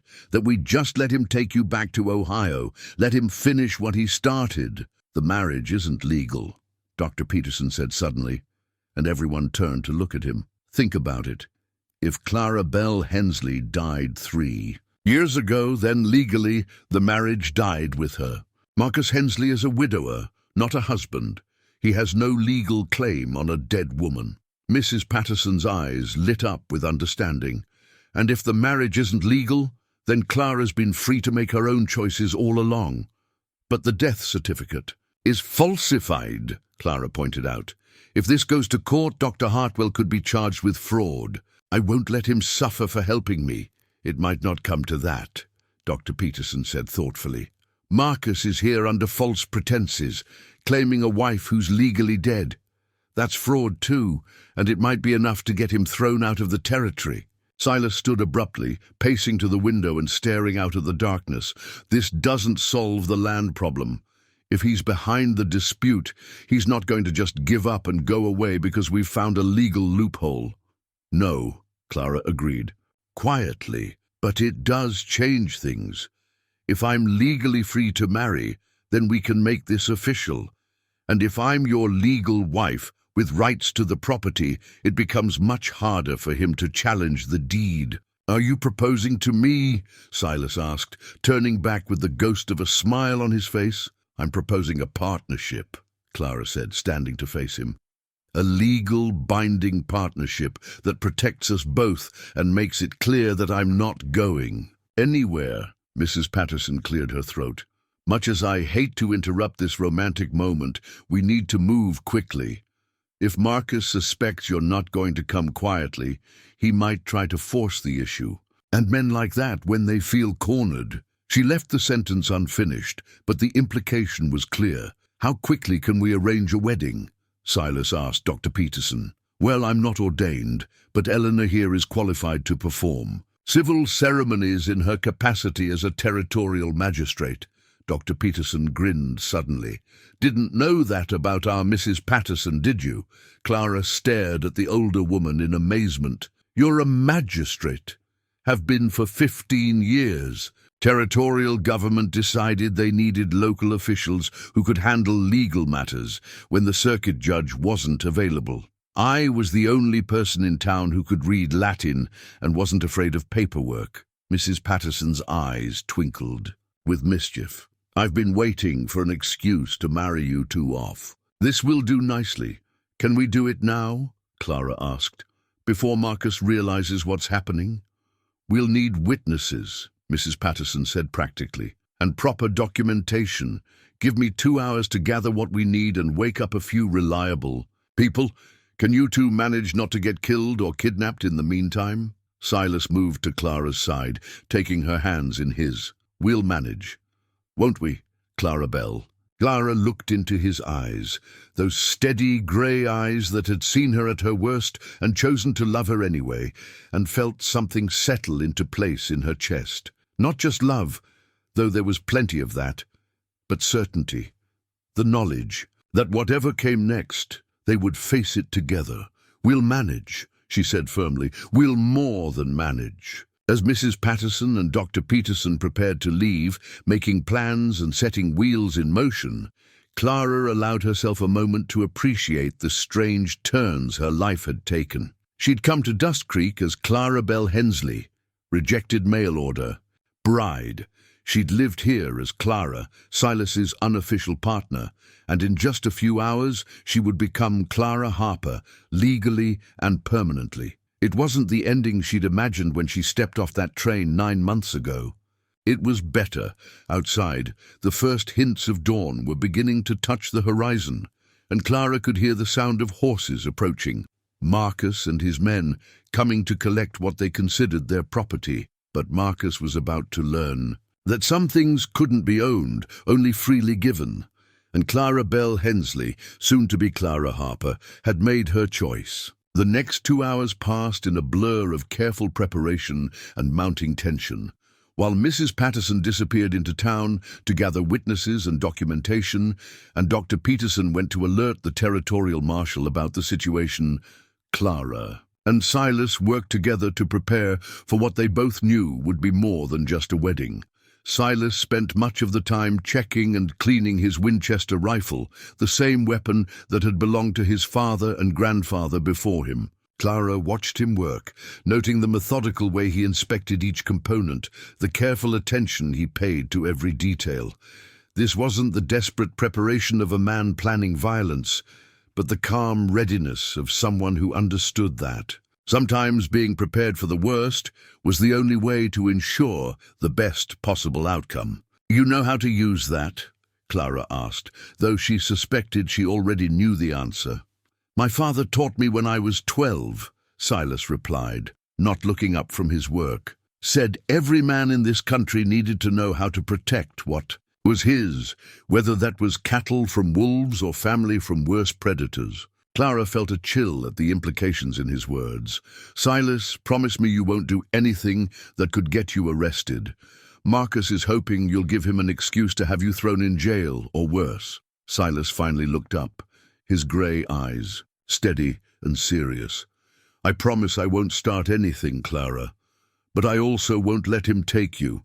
If he wants a fight, he'll get one. And if he has legal authority, if he comes with a warrant or territorial officials, then we'll deal with that. When it happens."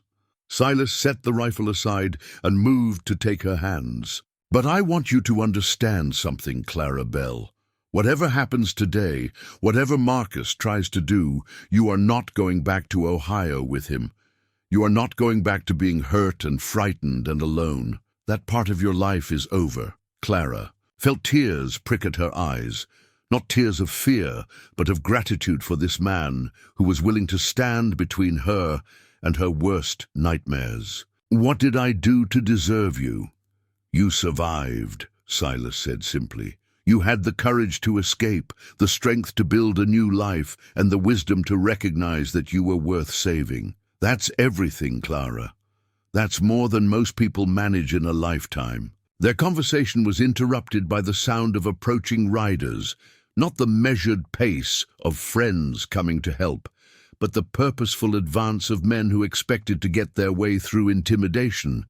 Through the kitchen window, Clara could see Marcus and his 3 companions riding up the lane, their faces set with the kind of grim determination that suggested they weren't planning to take no for an answer.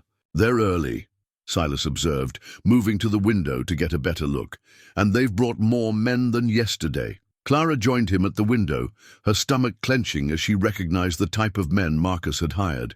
Not just investigators or legal representatives, but the kind of rough customers who were paid to solve problems through force when persuasion failed. "Where are Mrs. Patterson and the others?" she asked, trying to keep the fear out of her voice. "They'll be here," Silas said with more confidence than he probably felt. "Eleanor Patterson has never failed to keep a promise in her life, and she's not going to start today." The riders had reached the yard now, and Marcus was dismounting with the casual arrogance of a man who believed he held all the advantages. He was dressed well, better than anyone in Dustcreek could afford, and he carried himself with the bearing of someone accustomed to being obeyed without question.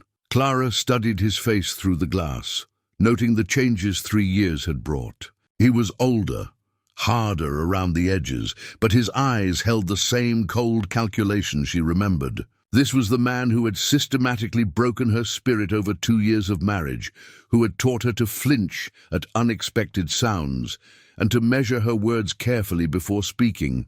But as she watched him approach the house, Clara realized something had changed. The fear was still there, might always be there, but it no longer controlled her. She was no longer the frightened girl who had fled Ohio in the night. She was a woman who had built a new life through her own strength and courage, who had found love and purpose and a place where she belonged. Marcus might be able to hurt her, but he could no longer make her disappear. "Clara Belle!" Marcus's voice carried clearly across the yard, pitched to sound friendly and reasonable for the benefit of any observers. "Come out here, darling. We need to talk." Silas moved toward the door, but Clara caught his arm. "Let me handle this first. If he sees you immediately, he'll escalate things faster than we can control them." "Clara, trust me," she said firmly. "I know how his mind works. Give me a few minutes to see what he's really planning." Silas's jaw tightened, but he nodded. "I'll be right here. The moment things go wrong, you'll know," Clara finished. She took a deep breath, straightened her shoulders, and walked out onto the porch. Marcus smiled when he saw her, but it was the smile of a predator who had cornered his prey. "There she is, my beautiful wife, alive and well after all these years. You can't imagine how relieved I am to find you safe." "Marcus," Clara kept her voice neutral, giving him no emotional reaction to work with. "You're earlier than expected. I was eager to see you, of course. And my associates here were concerned about the irregularities of your current living situation." He gestured to the men behind him, all of whom were studying the ranch buildings with the calculating eyes of men planning an assault. "It seems you've been playing house with another man while your lawful husband mourned your death. Quite the scandal, wouldn't you say?" "I'd say the scandal is a man who drove his wife to such desperation that she felt death was preferable to marriage," Clara replied calmly. Marcus's smile faltered slightly, and Clara caught a glimpse of the anger that always lurked just beneath his civilized surface. "Now, Clara Belle, there's no need for dramatics. We all know you've always had a tendency toward emotional exaggeration." The casual dismissal of her experience, the suggestion that her suffering had been imaginary, sparked something fierce and bright in Clara's chest. This was the technique he'd always used, making her doubt her own perceptions, her own memories, her own worth. "I have the scars to prove my emotional exaggeration," she said quietly, and had the satisfaction of seeing his face go white with shock. No one had ever challenged him so directly. Certainly not her. "Clara," Marcus said, his voice dropping to the tone she remembered, soft and reasonable on the surface, but with an undercurrent of threat that made her skin crawl. "You're clearly confused, upset by this situation. Why don't you come with me now, and we can discuss this privately? I'm sure we can work out our misunderstandings." "I'm not confused, Marcus, and I'm not going anywhere with you," Clara felt. Silas's presence behind her as he stepped onto the porch and drew strength from his solid support. Marcus's eyes flicked to Silas, and his expression hardened. "And you must be the man who's been harboring my wife. I trust you understand that adultery is a serious crime in this territory, punishable by both fine and imprisonment." "I understand that fraud is also a serious crime," Silas replied evenly. "Claiming a wife who's legally dead, filing false land disputes, threatening honest citizens. The territorial marshal might be very interested in your activities here." "Territorial marshal," Marcus laughed, but Clara could hear the edge in it. "I'm afraid you're mistaken, Mr. Harper. I have all the legal authority I need to reclaim my property." He reached into his coat and produced a document that Clara recognized with sinking heart, a warrant signed and sealed, authorizing the retrieval of one Clara Belle Hensley, fugitive from justice. "You see," Marcus continued, his confidence returning as he held up the warrant, "my dear wife is wanted in Ohio for theft, fraud, and conspiracy to commit insurance fraud. The state is very eager to see her returned for trial. Clara felt the world tilt around her. She'd known this was a possibility, that Marcus might find a way to twist her escape into criminal charges, but seeing it made real in black and white was still a devastating blow. "Let me see that," Silas demanded. But Marcus held the warrant just out of reach. "All perfectly legal, I assure you. Clara Belle stole $1,500 from our joint account, conspired with a doctor to falsify a death certificate, and attempted to collect on a life insurance policy. Quite the criminal enterprise for such a seemingly innocent woman." "That's not what happened," Clara said, but her voice sounded weak even to her own ears. "Isn't it? The facts speak for themselves, my dear. Money stolen, death faked, new life built on lies and deception." Marcus's smile was triumphant now. "I'm afraid your little adventure is over, Clara Belle. Time to face the consequences of your choices." Just then, the sound of approaching horses announced the arrival of reinforcements, but Clara's heart sank when she saw who was leading the group. Not Mrs. Patterson and friendly witnesses, but Arthur Thornton, the Territorial Land Commissioner, accompanied by two men wearing deputy badges. "Mr. Hensley," Thornton called out as he dismounted. "I trust everything is proceeding according to plan." Clara felt the trap closing around them with the inexorability of a steel snare. Marcus and Thornton were working together, had probably been working together from the beginning. The land dispute, the investigation, Marcus's convenient arrival with legal documents. It had all been orchestrated to corner her and Silas with no avenue of escape. "Indeed it is," Marcus replied, "though I'm afraid Mr. Harper here has been somewhat resistant to cooperation. Perhaps your deputies could help clarify the legal situation for him." The deputies moved forward, their hands resting meaningfully on their weapons. Clara could feel Silas tensing beside her, could sense his internal struggle between the desire to fight and the knowledge that violence would only make things worse. "Silas Harper," one of the deputies announced, "you're under arrest for harboring a fugitive and obstruction of justice. Turn around and put your hands behind your back." "Like hell," Silas growled, but Clara caught his arm before he could move. "Don't," she said quietly. "This is what they want. For you to resist so they can justify whatever they do next." But even as she spoke, Clara's mind was racing, looking for any possible escape from the trap that had closed around them. Marcus had planned this perfectly, she had to admit. Legal documents, official backing, charges that would be difficult to disprove, even if they were based on distorted facts. The only thing he hadn't counted on was the sound of more horses approaching.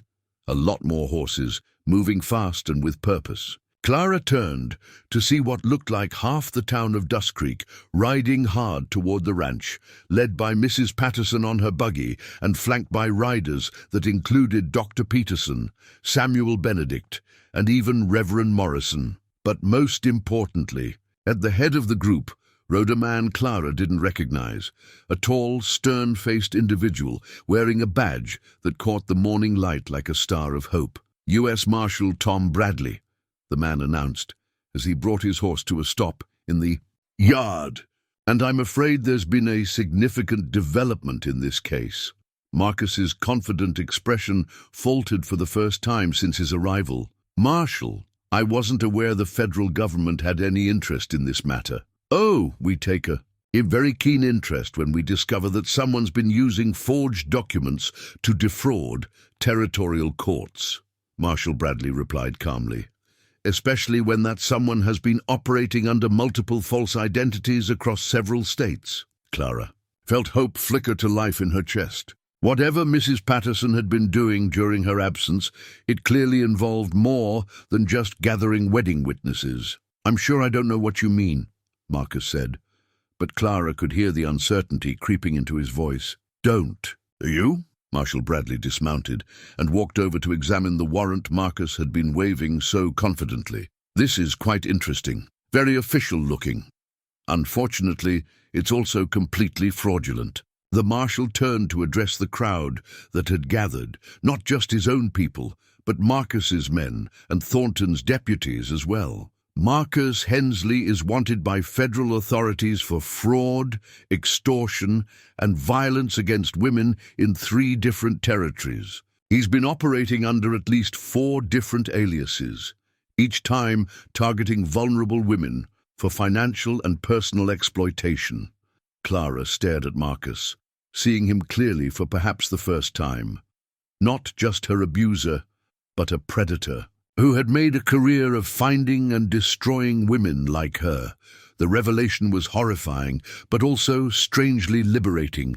It meant that what had happened to her wasn't personal, wasn't her fault, wasn't the result of some flaw in her character that had brought out the worst in a man who might otherwise have been decent. "That's ridiculous," Marcus blustered, but his confidence was cracking. "This woman is my wife, legally married and legally bound to return with me to Ohio." "Actually," Mrs. Patterson said, stepping forward with a folder full of documents, "that's where things get interesting. You see, Clara Belle Hensley died 3 years ago. The death certificate was filed properly and legally, witnessed and recorded according to Ohio state law. But," Marcus started, "which means," Mrs. Patterson continued smoothly, "that whatever marriage existed between you and Clara Belle Hensley died with her.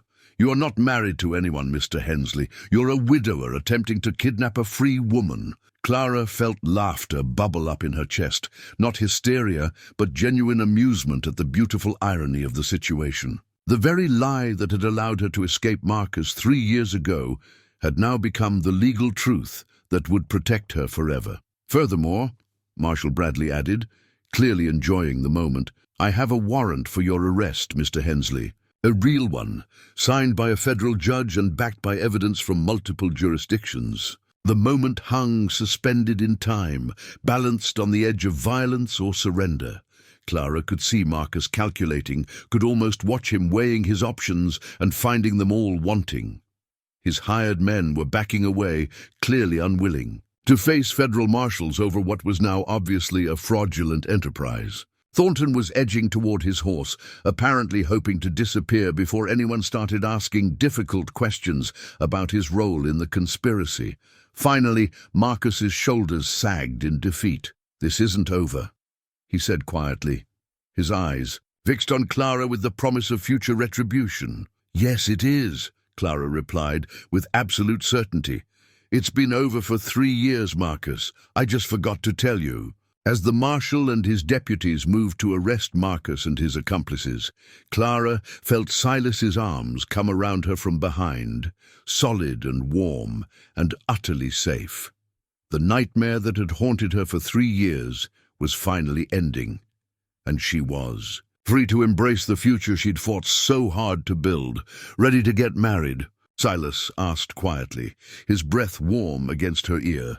Clara leaned back against his chest, watching as the man who had once controlled every aspect of her life was led away in chains. "I've been ready since the moment I met you," she whispered. Back. The sun was climbing higher now, painting the mountains in shades of gold and rose, and Clara Harper, soon to be officially Clara Harper, smiled as she contemplated the beautiful day ahead. The confrontation might have ended there, with Marcus in custody and his schemes exposed, if not for the desperation of a cornered predator who had spent years believing himself untouchable. As Marshal Bradley moved to place him in chains, Marcus suddenly broke free from the deputy's grasp and lunged toward the saddlebags on his horse. Clara saw the glint of metal and realized with horror that he was reaching for a weapon, not to escape, but to ensure that if he couldn't have her, no one could. "Gun!" Silas shouted, pushing Clara behind him as Marcus spun around with a revolver in his hand.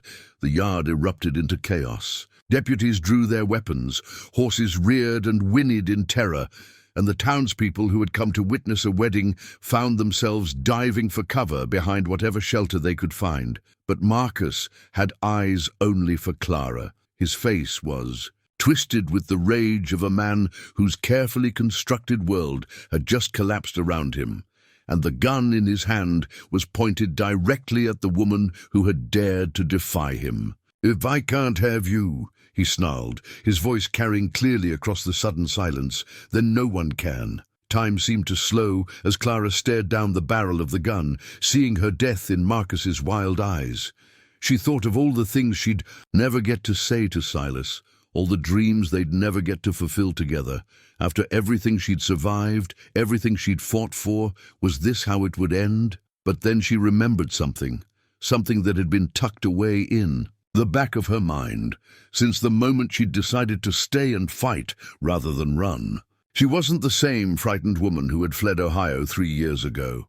She was Clara Belle Hensley, who had delivered babies and healed the sick, who had stood up to town bullies and organized community gatherings, who had chosen love over fear, again and again. And she was wearing her mother's wedding dress, not the dress she'd been married in the first time.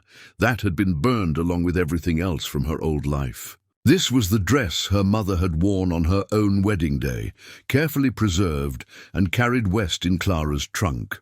Mrs. Patterson had brought it that morning, along with the other things needed for the ceremony, and Clara had put it on as a symbol of new beginnings and hope for the future. Now, facing the gun that Marcus held with such deadly intent, Clara felt her mother's strength flowing through her like a river of courage. "You're wrong, Marcus," she said, her voice steady, despite the weapon pointed at her heart.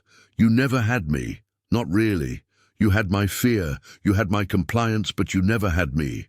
She stepped out from behind Silas, ignoring his sharp intake of breath and the way his hand reached out to pull her back to safety. This was something she had to face herself, something that couldn't be resolved by hiding behind someone else's. "Protection. 3 years ago, I was so afraid of you that I was willing to die rather than live as your wife," Clara continued, walking slowly toward Marcus despite the gun that tracked her movement.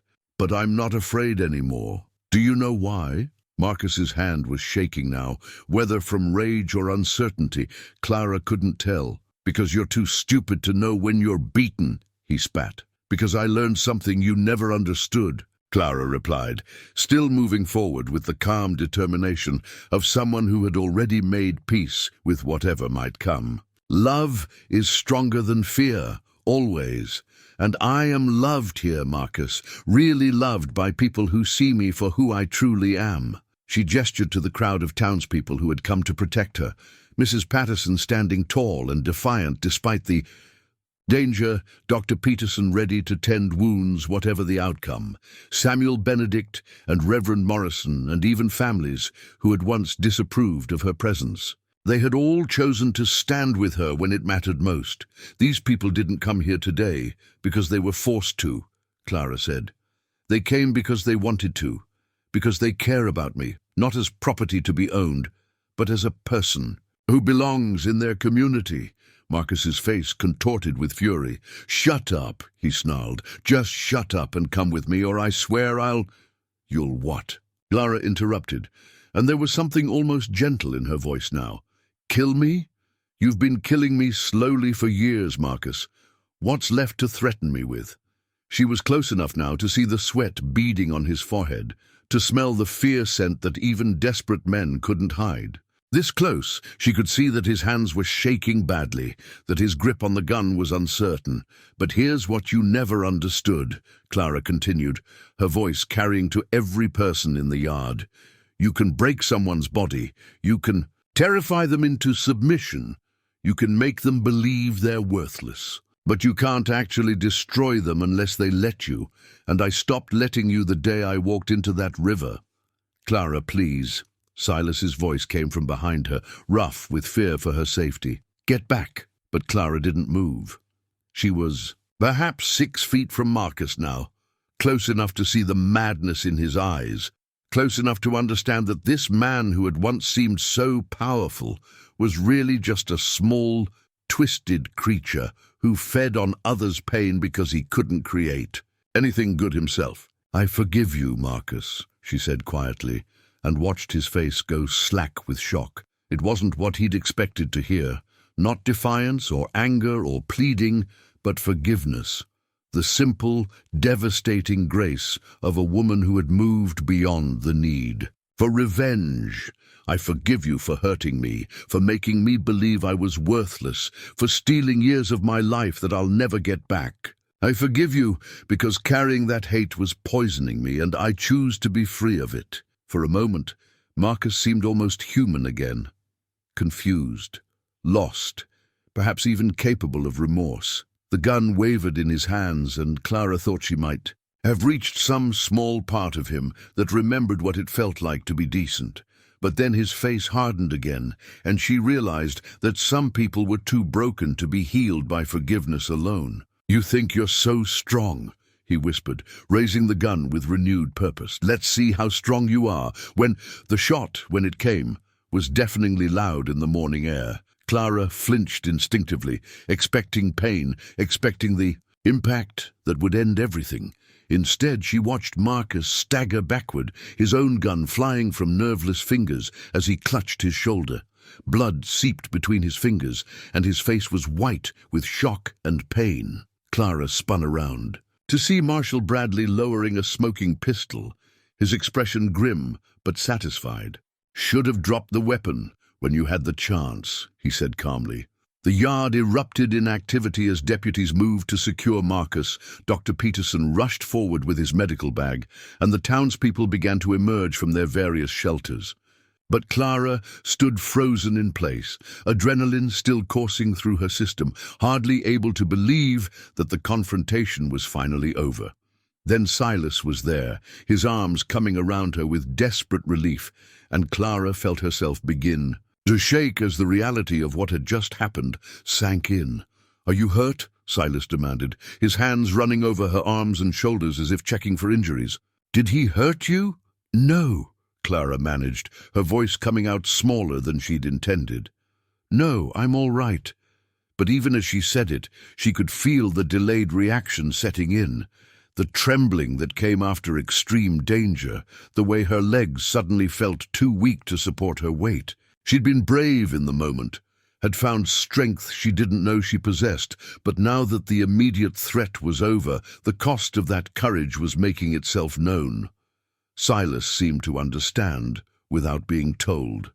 He swept her up in his arms, carrying her toward the house with the kind of gentle care usually reserved for invalids or newborns. "Put me down," Clara protested weakly. "I can walk." "Maybe," Silas agreed, not slowing his pace. "But you don't have to. Not today." As they reached the porch, Mrs. Patterson appeared at Clara's side, her face creased with concern and something that might have been pride. "That was either the bravest thing I've ever seen," she said quietly, "or the most foolish. I'm not sure which." "Both," Clara admitted. "Definitely both." "Well," Mrs. Patterson said with a small smile, "brave and foolish seems to run in your family. Your mother would have done exactly the same thing." Clara felt tears begin to slide down her cheeks. Not tears of fear or sadness, but of something more complex. Relief, perhaps, or the strange emotional release that came after surviving something that should have destroyed you. "Is it over?" she asked, looking back toward the yard where Marcus was being loaded into a wagon for transport to jail. "Is it really over?" "It's over," Silas said firmly, settling her gently in one of the porch chairs. "He can't hurt you anymore." "Clara, no one can." Clara nodded, trying to absorb the magnitude of what that meant. For 3 years, she'd lived with the constant fear that Marcus would find her, would drag her back to the life she'd escaped.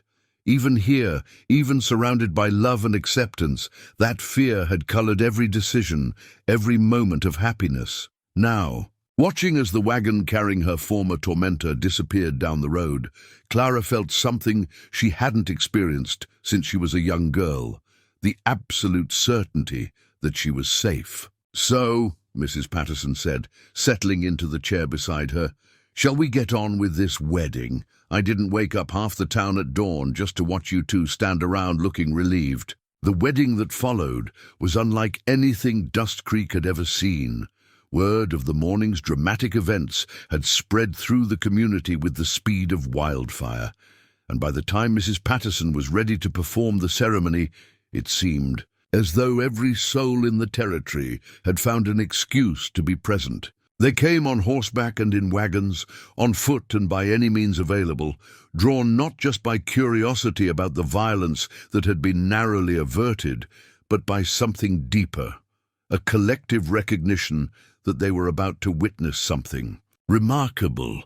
Clara stood before the improvised altar that someone had arranged on the front porch of Harper Ranch, wearing her mother's wedding dress and feeling more beautiful than she ever had in her life. The dress was simple, cream-colored silk with pearl buttons and delicate lace at the throat and wrists, but it carried with it the weight of family history and the blessing of a woman who had understood something about love and courage. Beside her, Silas looked impossibly handsome in his best suit, his grey eyes bright with emotion as he prepared to make the promises that would bind them together for life. But more than handsome, he looked happy, genuinely, deeply happy in a way that transformed his entire face and made Clara's heart skip with joy.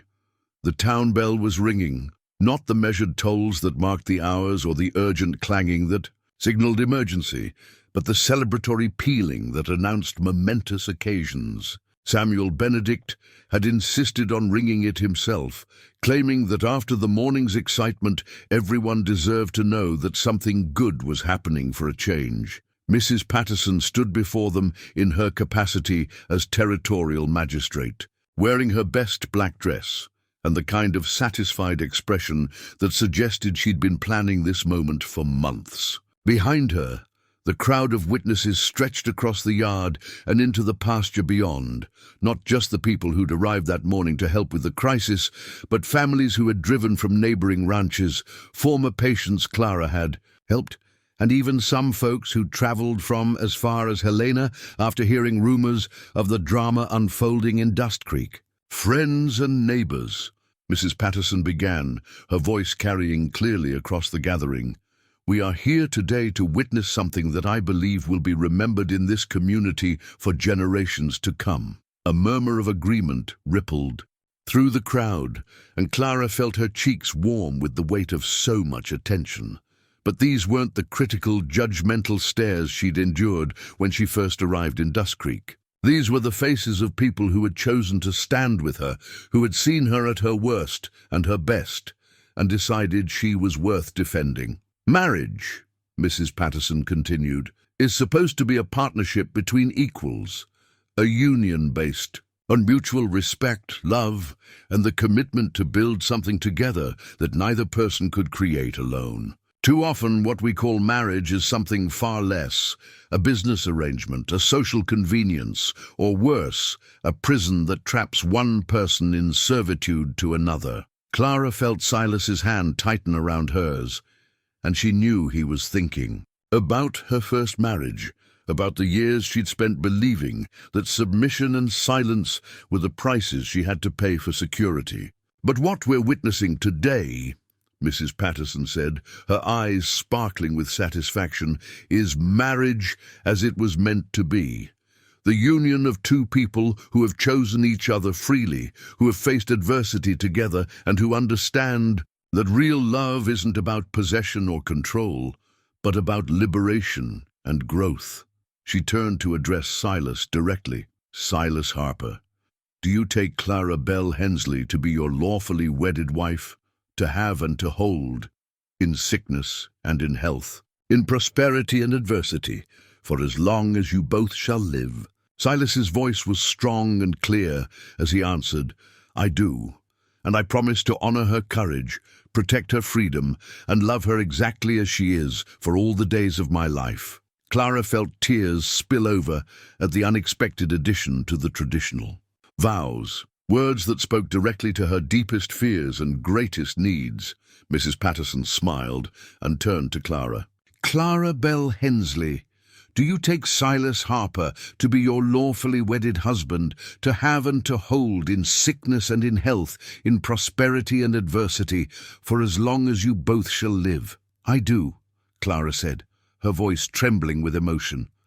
And I promise to share his burdens, celebrate his joys, and build a life with him based on trust and partnership and love. The rings, Mrs. Patterson prompted. Dr. Peterson stepped forward, producing two simple gold bands that Clara recognized with surprise. They weren't new rings purchased for the occasion, but old ones, worn smooth by years of wear, clearly precious to whoever had owned them before. "These belong to my parents," Silas explained quietly, slipping one of the rings onto Clara's finger.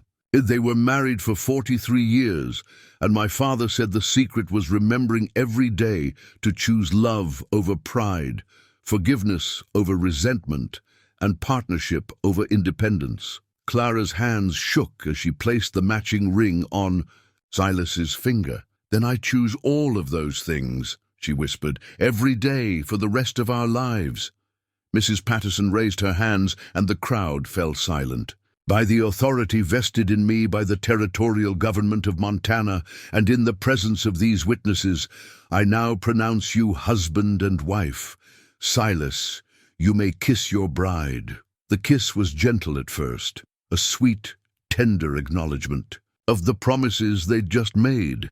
But then Silas's arms came around her more tightly, and Clara melted into him with the relief of someone who had finally found her way home after a very long journey. The crowd erupted in cheers and applause that seemed to go on forever. Clara heard Mrs. Patterson calling for someone to bring the cake, Dr. Peterson shouting congratulations, and what sounded like half the territory expressing their approval of the match. But more than the celebration, what struck Clara was the feeling of rightness that settled over her like a warm blanket. This was what marriage was supposed to feel like, not the trap it had been with Marcus, but a door opening onto possibilities she'd never dared to imagine. "How do you feel, Mrs. Harper?" Silas asked, his lips close to her ear as the crowd began to surge forward with congratulations. "Free," Clara said without hesitation. "For the first time in my adult life, completely free." And it was true. Standing there in her mother's wedding dress, surrounded by people who had chosen to celebrate her happiness rather than judge her past, Clara felt the last chains of fear and shame fall away. She was no longer Clara Belle Hensley, the rejected, a mail-order bride. She wasn't even Clara Belle Hensley, the woman who had fled an abusive marriage in desperation. She was Clara Harper, wife and partner, and full member of a community that valued her for who she truly was. The celebration that followed lasted well into the evening, with food and music and dancing that spilled from the ranch house into the yard and pastures beyond. Clara found herself passed from one well-wisher to another, accepting congratulations and kind words from people who had once viewed her with suspicion or indifference. But the moment that moved her most came near sunset, when a young woman approached, her hesitantly, carrying a baby that Clara recognized as the child she'd helped deliver during that difficult winter night. "Mrs. Harper," the woman said shyly, "I wanted to thank you again for what you did for us, and I wanted you to know, well, we named her Clara, after you, Clara Hope Patterson, because you gave us both." Clara felt her eyes fill with tears as she looked down at the healthy, thriving baby who bore her name. "She's beautiful," she managed. "Absolutely beautiful." "She is," the young mother agreed. "And she's alive because of you. We'll never forget that." As the evening wore on and the celebration gradually wound down, Clara found herself standing on the porch with Silas, watching the last of their guests depart under a canopy of stars that seemed unusually bright. "Do you think we'll have a good marriage?" she asked, leaning into his warmth as the night air grew cool. "I think," Silas said, his arms tightening around her, "that we've already proven we can face anything together. Everything else is just practice." Clara smiled, thinking about the morning's drama and the afternoon's joy, about the community that had rallied to protect her, and the man who had chosen to love her despite the complications she'd brought into his life. "I love you, Silas Harper," she said simply. "And I love you, Clara Harper," he replied, "my brave, beautiful, impossible wife." As they stood together under the vast Montana sky, Clara felt the last piece of her old life finally slip away. Tomorrow would bring new challenges, new joys, new opportunities to build the life they'd dreamed of together. But tonight, she was simply and completely happy. The wedding that followed was unlike anything Dustcreek had ever seen. Word of the morning's dramatic events had spread through the community with the speed of wildfire. And by the time Mrs. Patterson was ready to perform the ceremony, it seemed as though every soul in the territory had found an excuse to be present. They came on horseback and in wagons, on foot and by any means available, drawn not just by curiosity about the violence that had been narrowly averted, but by something deeper, a collective recognition that they were about to witness something remarkable. Clara stood before the improvised altar that someone had arranged on the front porch of Harper Ranch, wearing her mother's wedding dress and feeling more beautiful than she ever had in her life. The dress was simple, cream-colored silk with pearl buttons and delicate lace at the throat and wrists, but it carried with it the weight of family history and the blessing of a woman who had understood something about love and courage. Beside her, Silas looked impossibly handsome in his best suit, his grey eyes bright with emotion as he prepared to make the promises that would bind them together for life. But more than handsome, he looked happy, genuinely deeply happy, in a way that transformed his entire face and made Clara's heart skip with joy. The town bell was ringing, not the measured tolls that marked the hours or the urgent clanging that signaled emergency, but the celebratory pealing that announced momentous occasions. Samuel Benedict had insisted on ringing it himself, claiming that after the morning's excitement, everyone deserved to know that something good was happening for a change. Mrs. Patterson stood before them in her capacity as territorial magistrate, wearing her best black dress and the kind of satisfied expression that suggested she'd been planning this moment for months. Behind her, the crowd of witnesses stretched across the yard and into the pasture beyond. Not just the people who'd arrived that morning to help with the crisis, but families who had driven from neighboring ranches, former patients Clara had helped, and even some folks who'd traveled from as far as Helena after hearing rumors of the drama unfolding in Dustcreek. Friends and neighbors, Mrs. Patterson began, her voice carrying clearly across the gathering. We are here today to witness something that I believe will be remembered in this community for generations to come. A murmur of agreement rippled through the crowd, and Clara felt her cheeks warm with the weight of so much attention. But these weren't the critical, judgmental stares she'd endured when she first arrived in Dustcreek. These were the faces of people who had chosen to stand with her, who had seen her at her worst and her best, and decided she was worth defending. Marriage, Mrs. Patterson continued, is supposed to be a partnership between equals, a union based on mutual respect, love, and the commitment to build something together that neither person could create alone. Too often, what we call marriage is something far less, a business arrangement, a social convenience, or worse, a prison that traps one person in servitude to another.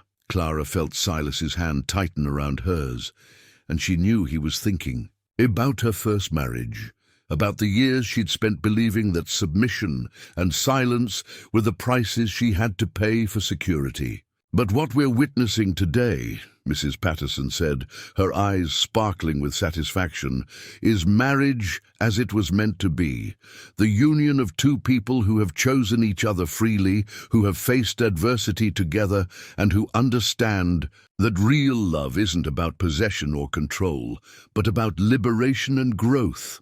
She turned to address Silas directly. Silas Harper, do you take Clara Belle Hensley to be your lawfully wedded wife, to have and to hold, in sickness and in health, in prosperity and adversity, for as long as you both shall live? Silas's voice was strong and clear as he answered, I do, and I promise to honor her courage, protect her freedom, and love her exactly as she is for all the days of my life. Clara felt tears spill over at the unexpected addition to the traditional vows, words that spoke directly to her deepest fears and greatest needs. Mrs. Patterson smiled and turned to Clara.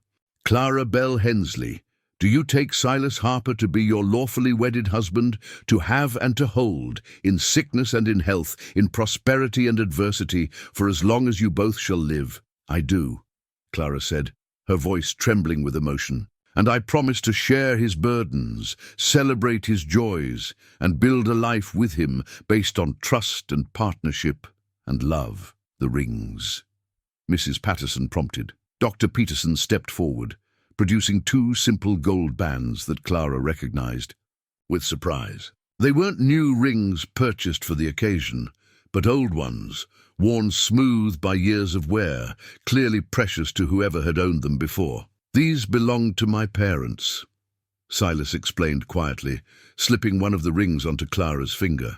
They were married for 43 years, and my father said the secret was remembering every day to choose love over pride, forgiveness over resentment, and partnership over independence. Clara's hands shook as she placed the matching ring on Silas's finger. Then I choose all of those things, she whispered, every day for the rest of our lives. Mrs. Patterson raised her hands and the crowd fell silent. By the authority vested in me by the territorial government of Montana, and in the presence of these witnesses, I now pronounce you husband and wife. Silas, you may kiss your bride. The kiss was gentle at first, a sweet, tender acknowledgement of the promises they'd just made. But then Silas's arms came around her more tightly, and Clara melted into him with the relief of someone who had finally found her way home after a very long journey. The crowd erupted in cheers and applause that seemed to go on forever. Clara heard Mrs. Patterson calling for someone to bring the cake, Dr. Peterson shouting congratulations, and what sounded like half the territory expressing their approval of the match. But more than the celebration, what struck Clara was the feeling of rightness that settled over her like a warm blanket.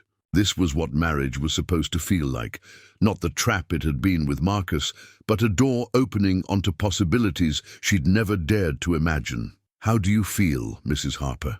Silas asked, his lips close to her ear as the crowd began to surge forward with congratulations.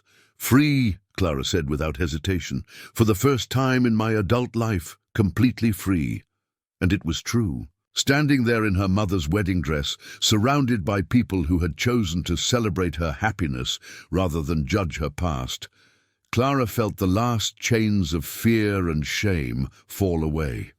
She was no longer Clara Belle Hensley, the rejected, mail-order bride. She wasn't even Clara Belle Hensley, the woman who had fled an abusive marriage in desperation. She was Clara Harper, wife and partner and full member of a community that valued her for who she truly was.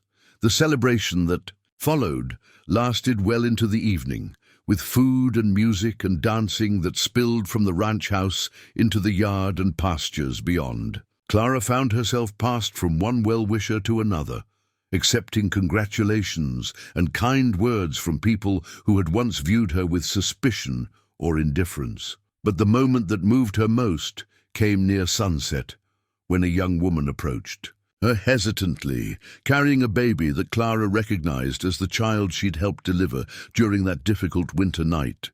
"Mrs. Harper," the woman said shyly, "I wanted to thank you again for what you did for us, and I wanted you to know, well, we named her Clara after you. Clara Hope Patterson, because you gave us both." Clara felt her eyes fill with tears as she looked down at the healthy, thriving baby who bore her name. "She's beautiful," she managed. "Absolutely beautiful." "She is," the young mother agreed, "and she's alive because of you. We'll never forget that." As the evening wore on, and the celebration gradually wound down, Clara found herself standing on the porch with Silas, watching the last of their guests depart under a canopy of stars that seemed unusually bright. "Do you think we'll have a good marriage?" she asked, leaning into his warmth as the night air grew cool. "I think," Silas said, his arms tightening around her, "that we've already proven we can face anything together. Everything else is just practice, Clara smiled, thinking about the morning's drama and the afternoon's joy, about the community that had rallied to protect her, and the man who had chosen to love her despite the complications she'd brought into his life. "I love you, Silas Harper," she said simply.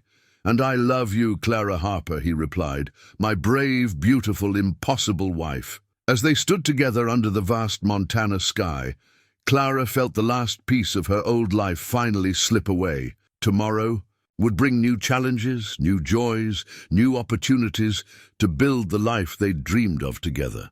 But tonight, she was simply and completely happy.